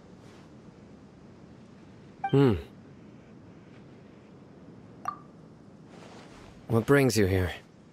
We recovered well, and Tanari agreed to let us leave, so now we're out and about again. It seems Gandharvaville's medical treatment is still as good as ever. Mm-hmm, and Tanari is recovering well, too. That's good to hear. Yeah, you're the one who brought us to him when we lost consciousness, right? Thanks for that. You're welcome. Tainari has excellent medical skills, and Kale is quite attentive. It was the best place for you. But why are you just standing here like a dead tree? I'm meeting some people. Oh, you mean Candace? I've already talked with Candace and the village chief. They're still at the usual place. You can go there if you'd like to see them. But you know one of the people I'm meeting as well. Oh, by King Deshret's blessing, my friend suddenly appears in the desert. Don't tell me you've run into trouble and need us to help now. Raman! And... huh? Sataria? Oh, you know me? Oh, well, you're pretty famous in the academia. Don't worry, these are our friends. No need to be so guarded. I see.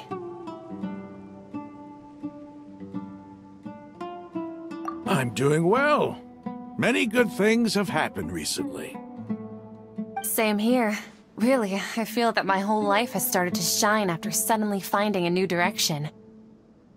Oh, tell us everything. Yeah, you go ahead. Alright, well, I suppose I should start by saying I've decided to leave the academia. What?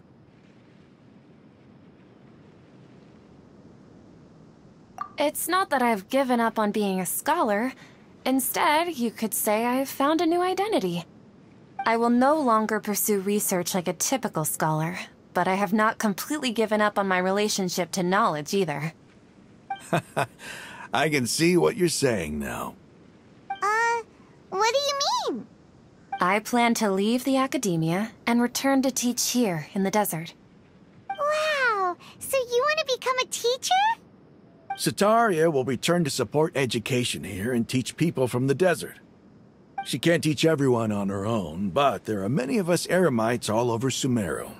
She came to discuss a collaboration with me and hoped that I could bring her ideas to the Eremites. Yes, it's my hope that the Eremites can help me select a group of smart people with the best aptitude for teaching. I'll teach them, and after they've finished learning from me, they can go educate more people. That is the true meaning of education and the spreading of knowledge. The people of King Deshret suffer from sandstorms, exile, and ignorance. Miss Setaria is more than welcome to come teach here. Her arrival is like a star shining in the desert night. The stars have always guided caravans, thieves, soldiers, and travelers who get lost in the night. They lead those in the dark out of trouble and back to safety. Oh, please. Where's all of this coming from? I'm starting to feel a little embarrassed. You deserve these compliments. Mercenaries are accustomed to danger and don't fear death, which is why we recognize extraordinary actions that common people would easily overlook. Setaria's idea will bring much good to many people. At first, I feared it was destined to fail. Everyone knows that the academia doesn't allow scholars to teach in the desert without permission. As you know, all knowledge is under their surveillance and control, and very few desert dwellers are as lucky as me. But what I heard at that time has been haunting my heart, as if there were lightning bolts constantly bombarding my soul. Setaria, you tread a treacherous path, and the longer you ignore it, the tighter the academia's grasp on you will become. Setaria, why haven't you gone home? Never forget that the desert that belongs to you lies elsewhere. Miss. These words sparked something in me, and I knew that I had to bring something back to my people after going home. I gathered up the courage to approach the Grand Sage, only to find that he was no longer at the academia. Lord Sino told me that Azar didn't belong there anymore. Azar has received much-needed punishment. Though, if you ask me, it may have been too light. You probably have already heard. Lord Sino helped me obtain permission to leave the academia for the desert, and accompanied me here to discuss collaboration with members of the Eremites. My plan was able to go smoothly thanks to him and Rahman. You're all doing so much for the desert. Aside from that, I also have some other business to discuss with Sino. Lesser Lord Kusanali has allocated many resources to support and develop the desert. I've done some business for her, and part of it required the assistance of the Eremites. I applied for a few batches of educational materials from the academia, and sent them to several groups in the desert, as instructed by Lesser Lord Kusanali. I believe the people will make good use of them. That's exactly what the people here need. Physical books and other related items. If it weren't for Sino and Lesser Lord Kusanali, I'm afraid we'd never be able to get our hands on them. Apart from this, the academia is also recruiting scholars that are willing to teach in the desert. I'll let you and Setaria know as soon as I have any more news. We must be persistent about this, and maintain these resources to ensure long-term effectiveness. This is the first time in hundreds of years we've had a glimmer of hope. I think this may be the turning point for the desert. Remember these words. Here lies our faithful priest, Kasala. His wisdom is a miracle among the people. deserving of high praise and admiration. I hope people with wisdom like that priest will rise again among the desert dwellers. Then we'll once again see the wisdom and glory that once shook the world. Enough about us. Are you here to discuss some business too? No, not at all. We're actually here on behalf of Nilou. Nilou wanted to write to everyone, but she wasn't sure where the letters should be sent, so she asked us to come find everyone personally. A celebration feast will be held in 2 days at the Grand Bazaar. She hopes that all of you will be able to attend. At the feast, we'll also be celebrating Sino's reinstatement as General Mahamatra. Although, judging from your appearance, it seems you've already been reinstated. Paimon thought you would only start working for the Academia after the feast. Celebration? Feast? It's the first I've heard of it. Tighnari was right. He really didn't know. This feast is for you, Sino. Sounds to me like you'll have to be there. It's rare to see that kind of expression from Lord Sino. You must not like feasts very much. No, not really. But I'll go. Well, I still have a lot to handle here. Besides, I need to look after Miss Sataria in the desert, so I'll have to pass. I'm afraid I won't be able to join you. Although, if you'd be so kind, please give a message to Miss Nilou for me. The message is, I'm sorry for how I treated you before, but now I understand the beauty of your dance. It's like a light shining in the sky. You and the art you symbolize are not only beautiful, but also lively and powerful, so much so that it was prohibited. Please keep dancing, and someday I'll be able to appreciate your art in person. Okay, we've got all that down. Our job here is complete as well. Oh, Sino, remember, party's in 2 days. Make sure you're there. Got it.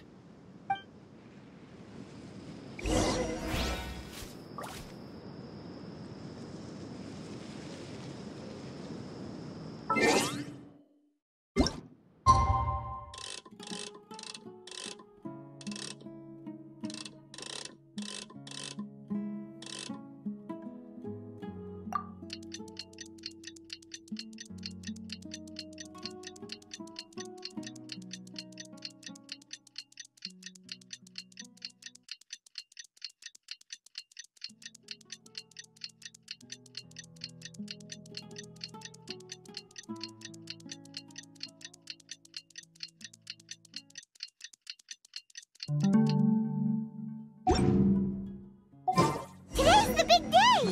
Let's go to the Grand Bazaar and see how the celebration's coming along.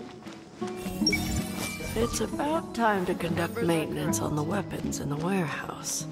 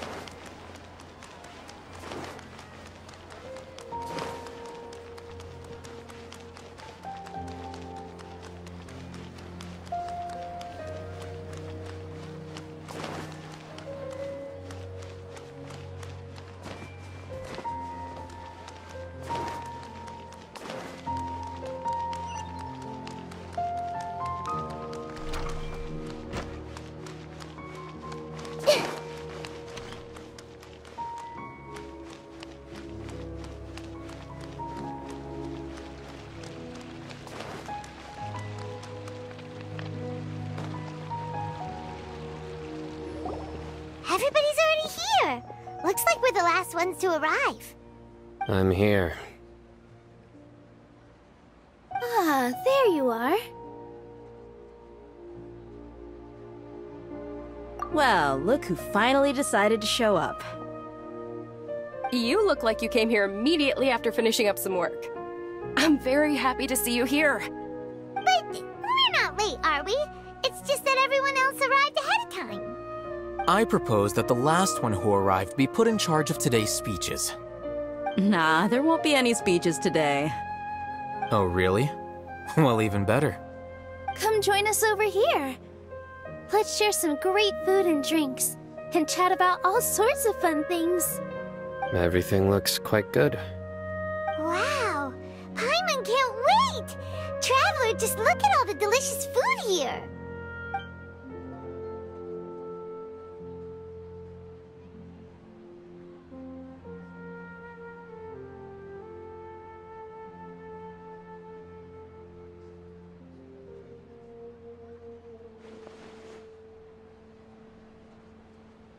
Whoa! It's so delicious! Oh, this grilled meat tastes amazing! The food was specially prepared for you by everyone in the Grand Bazaar. And we have gifts that were sent by the residents of Sumeru City when they heard we were holding a feast. Everyone that came said that you saved Sumeru, and wanted me to thank you all on their behalf.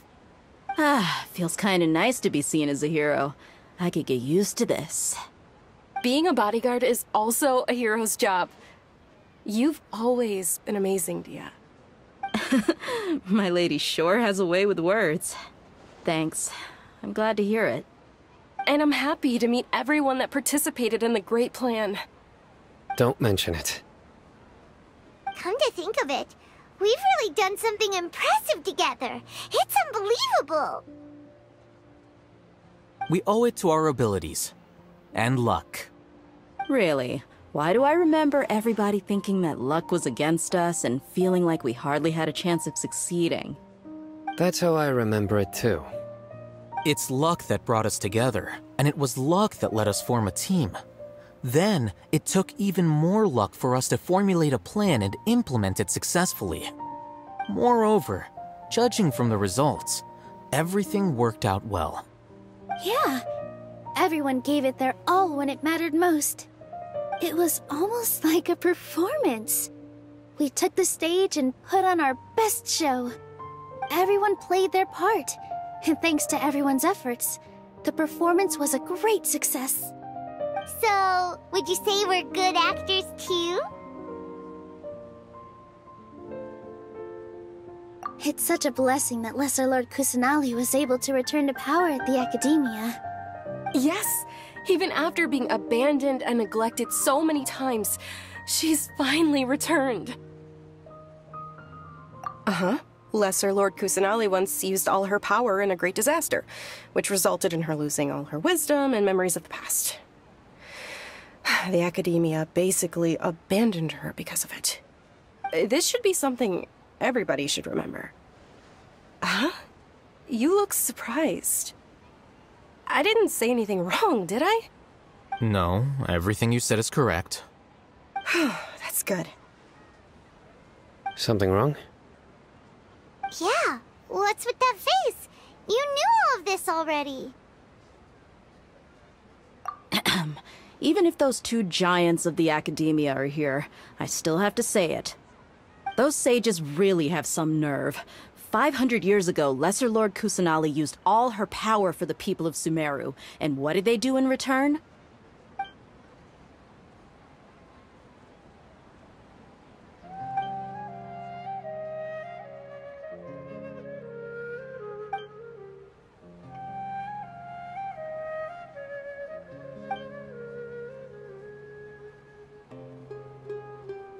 If you bite the hand that feeds you, don't act surprised when it turns into a knuckle sandwich, right, Sino?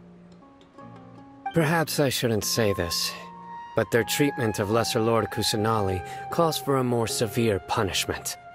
You could simply tell Lesser Lord Kusanali that you wish to have Azar and his accomplices severely punished. I respect our deity's decision, and won't interfere in any way. While we're on this topic, why didn't you accept the Academia's invitation to become the Grand Sage? Are you trying to say that I'm fit to be a sage? Not at all. But every person handling the selection process has said that you are the most suitable candidate to lead the Academia right now. Why? Because he dethroned Azar from power? Could you try to put it another way? This is a good thing, yet you're making it sound like I overthrew Azar for my own personal gain. But seriously, though, I always wondered if you had some personal motives behind it. I did have my own motive, but it had nothing to do with being a sage. If the rules of our nation were suddenly cast by the wayside, then it wouldn't be long until chaos ensued. I had no intention of letting their dreams disrupt my life. By that, you mean your life working as the Academia's scribe? Precisely. Wait, is that all? So, that's the only reason why you joined us and came up with all those plans? It's reason enough. You've certainly got quite the personality. You flatter me. All right then. How about you? You've already resumed work as the General Mahamatra, right? That's right. Will you be happy with that life? It's not about being happy. There are merely a lot of things that I must do. Even so, keep your spirits up and try to be happy, okay? And try to smile more every day, just like I'm doing now. Thank you. I'll keep that in mind.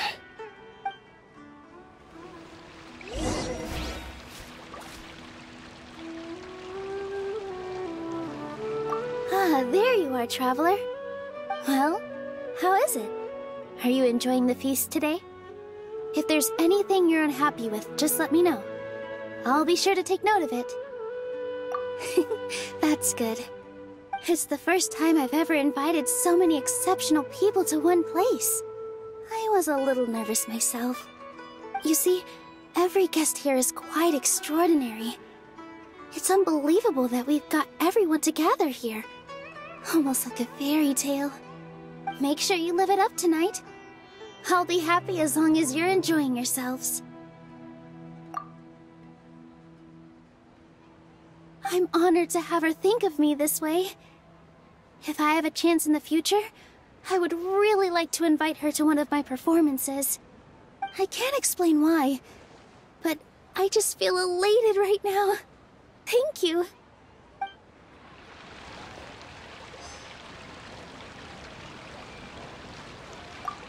I seldom participate in such lively gatherings, but the atmosphere here is quite good.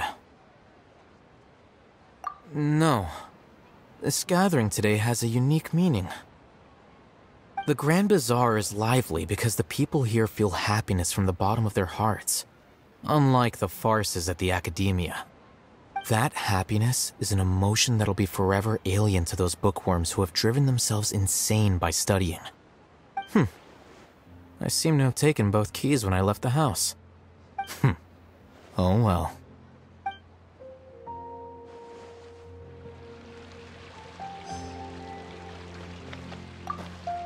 My lady, the grilled meat over there is delicious.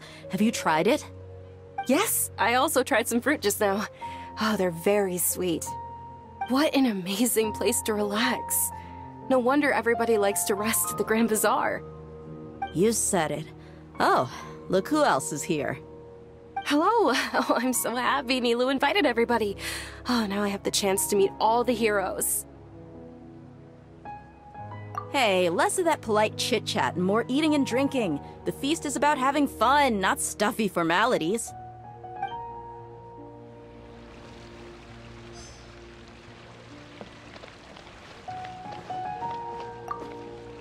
The atmosphere here is good, and everything is delicious.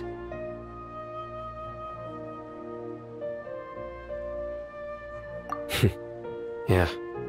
I don't often come to such places, but it feels quite good. I have a lot to handle these days. Otherwise, I could show you around. There's always next time. We're friends after all. This feast is pretty good. I like it.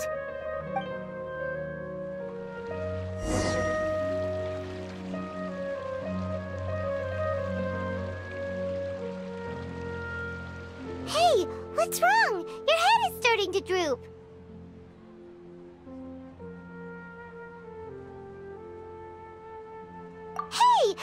can't just fall asleep here. Paimon will go find something delicious for you to eat. You'll wake up once you've put something yummy in your tummy. Of course, just wait here for Paimon.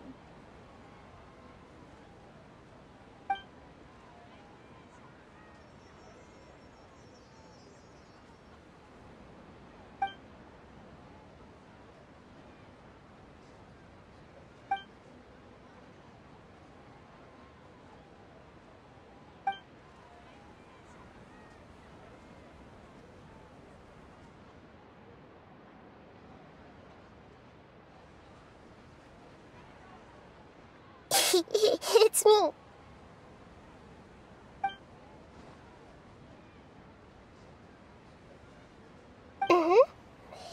You may blame me for being a bit too self-indulgent.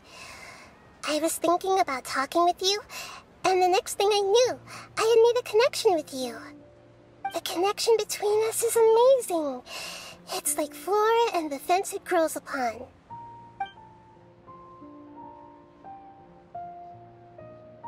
I heard there's an amazing celebration feast today at the Grand Bazaar. I wanted to have a look for myself, so I snuck in. Lately, I've been so busy dealing with all the fallout from recent events, so I really haven't had any free time.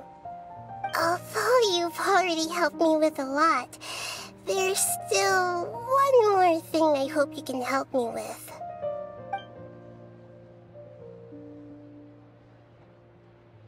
Please say thank you to everyone for me.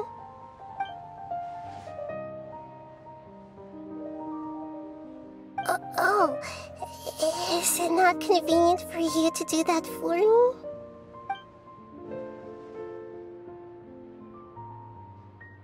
But if I just show up all of a sudden, people will become all quiet and stiff, won't they?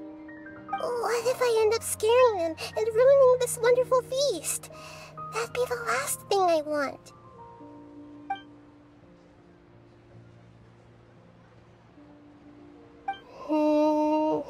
Let me think about it. Okay.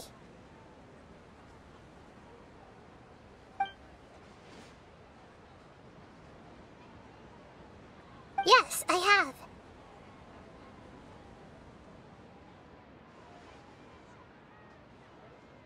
You said I should go thank everyone as myself, right? So... I've decided to borrow your body for the time being. Please don't blame me. The flora also climbs up to the fence to get closer to the sky.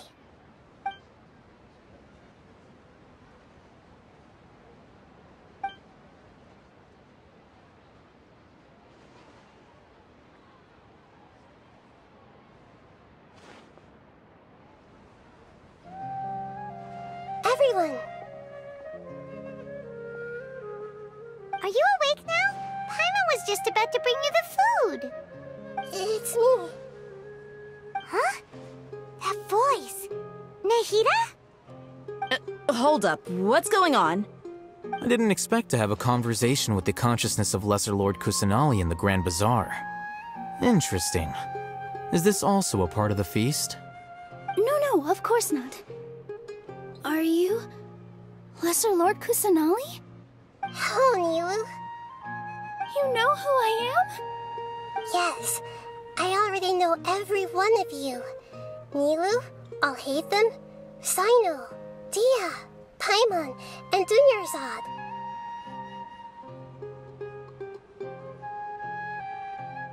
Lesser Lord Kusanali? I took the liberty of occupying the traveler's body so that I could thank all of you in person. Thank you so much for rescuing me, even if that meant placing your own safety in peril and taking the risk of becoming enemies with the Academia, the sages, the doctor, the balladeer, and even the entirety of Sumeru. Without you, without any of you, I would have been in a much more difficult situation. Had you not helped me to resolve the crisis, not only I, but Sumeru and even the entirety of Teyvat would have suffered great misfortune. People refer to you as the heroes who managed to rescue a god. I'm quite fond of this name. It not only explains your identities, but also bears witness to your relationship with me. Please, allow me to present to you my most sincere gratitude. Lesser Lord Kusanali, you have done so much for Sumeru, and I didn't even have a chance to do anything for you. You don't have to do this. Dinyarzad, the suffering you endured during your illness is also proof of you being with me and praying for me. Thank you. You don't need to be so ceremonious. It's always been my duty to protect you. This is how the relationship between the Academia and Dendro Archon should be. We just did what was necessary and set things back on the right path. You're an Archon, but you act so humble. You really don't need to be so polite with us. I'm honored to have been able to take part in this plan. I hoped you liked the dance I dedicated to you. Thank you, all of you. Thank you so much.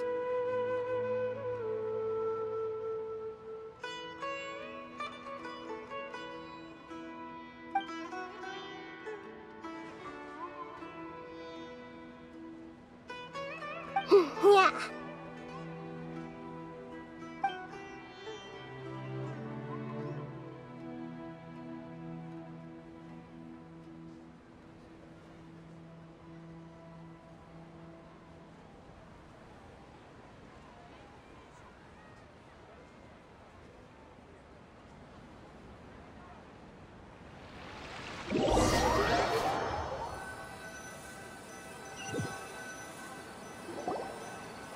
Are you awake? Did you rest well?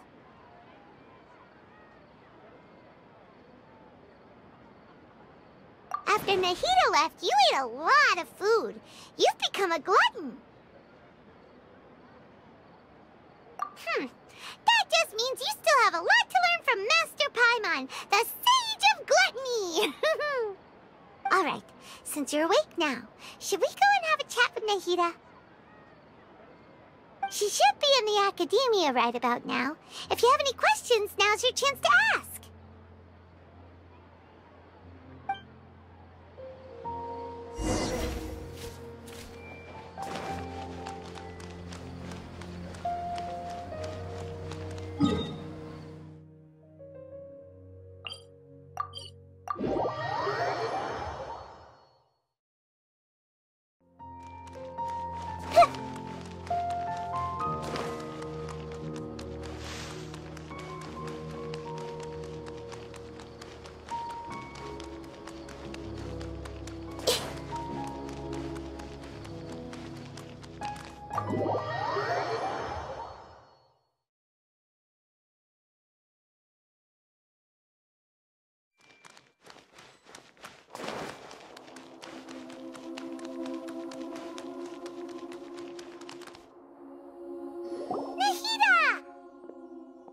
Hello, Traveler and Paimon.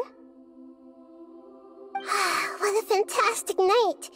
I'm still immersed in all the happiness and joy, like a candle floating on water. So are we, and that's why we're here to talk with you. Is there anything you want to know?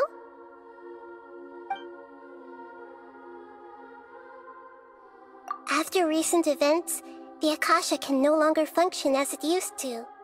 I've given it some thought, and have decided to shut it down permanently.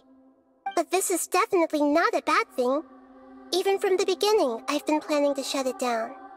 The Akasha's centralized administration of knowledge has always restrained people's curiosity and curtailed the number of paths available to them. I don't think this is good for Sumeru. Although people may initially feel a little uncomfortable with the loss of the Akasha, they will soon understand that this life is more suitable for them. And as for the future of Sumeru, I'm preparing to regain control of the Academia. The former sages have received their punishment, but the new sages have yet to be selected. I will oversee the process personally. I hope that the new 6 great sages will be more focused on academics. Sumeru needs such leaders more than ever. The other big issue is the people of King Deshret. All the residents of the desert, in fact. They have been mistreated for far too long. I've already taken some measures to address this. It will take some time to rebuild everything, but no matter if it's culture, friendship, or trust, we will rebuild it.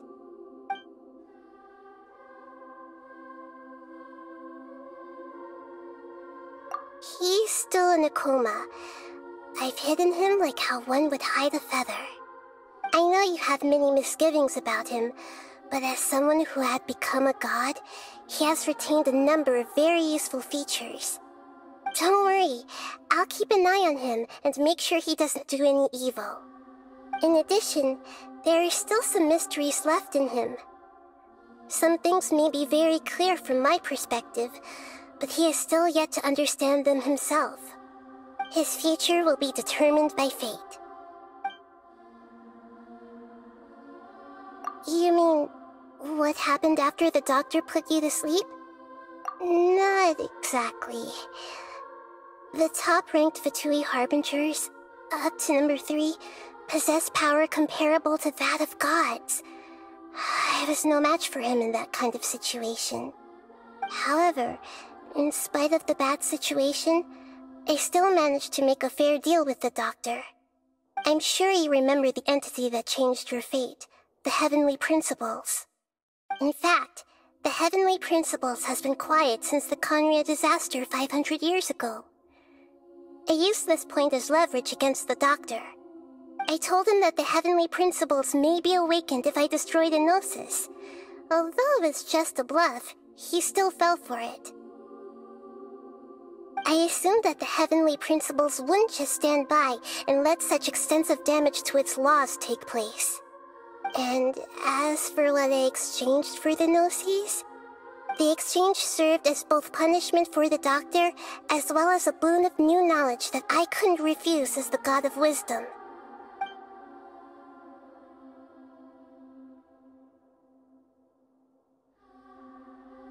Is that where you're headed next? Fontaine, the Nation of Justice? As far as I know, that nation operates in a judicial system. Does their Archon personally judge people? No, there's a Chief Justice in Fontaine. Generally speaking, the Hydra Archon, Focalor, won't preside over individual trials. However, even then, Focalor will still make herself present at just about every trial. It seems that she just likes to immerse herself in that sort of atmosphere. As Archon, she still reserves the right to influence the final verdict. Anyway, let's just say she's got, a very unique personality.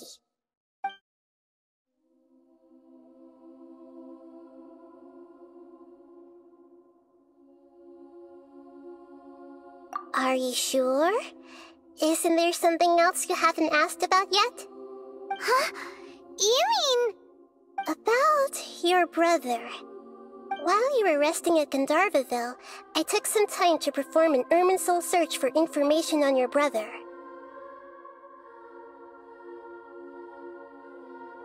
Yeah! Isn't Irminsul a repository for all the information and memories of Teyvat? So there shouldn't be anything on her or her brother. This is true in your case. Irminsul indeed does not have any information on you. However, there must be something different about your brother. Because, as it turns out, the world has recorded information on him after all. What? There's only one possible explanation. He belongs to this world.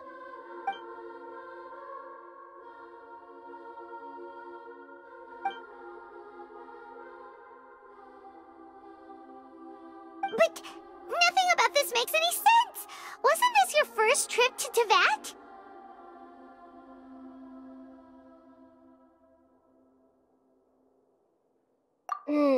According to the records I was able to access, your sibling suddenly appeared in Conria.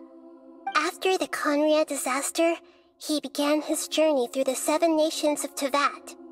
But just as his journey was about to reach its conclusion, the Irminsul records on him suddenly become fuzzy. What do you mean, Fuzzy? Did something happen to him? All I know for sure is that somebody, for reasons only they can know, is deliberately obfuscating his fate. And whoever it is, if they can do that, who knows what else they're capable of. But even that wouldn't explain how he somehow comes from this world. Something else I noticed was that according to these records, the Fatui have not classified your sibling as one of the Descenders. What's a Descender? Paimon's never heard of it. Look, I'm sure you must be curious about the information I received from the Fatui in return for my gnosis, right?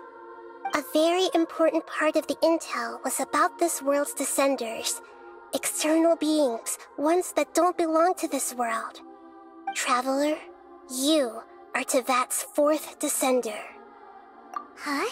So the Fatui count 3 other Descenders before the Traveler, and her brother isn't even one of them? That's right. My current hypothesis is that the first Descender was likely what we now call the Heavenly Principles. As for the other Descenders, I still need to verify their existence. It could take me some time. Paimon's head's about to burst from all this crazy new information. And yet, even knowing all this, I'm sure you must still have a lot of unanswered questions. I must say, I truly regret that I can't help you more as the God of Wisdom. There are many questions in my heart as well. I will need some time to go through each one of them. And soon, you'll also begin your journey anew and depart from Sumeru. I'm very interested in your future. It's a journey that can't be observed or recorded by this world. If fate is the ultimate knowledge, then your future will be the ultimate fate. Paimon's sure glad we got to meet you, Nahida. The pleasure is all mine. I can't thank you enough. Alright, that's enough talk for today. If you ever miss me, just close your eyes, and maybe I'll appear in your dreams.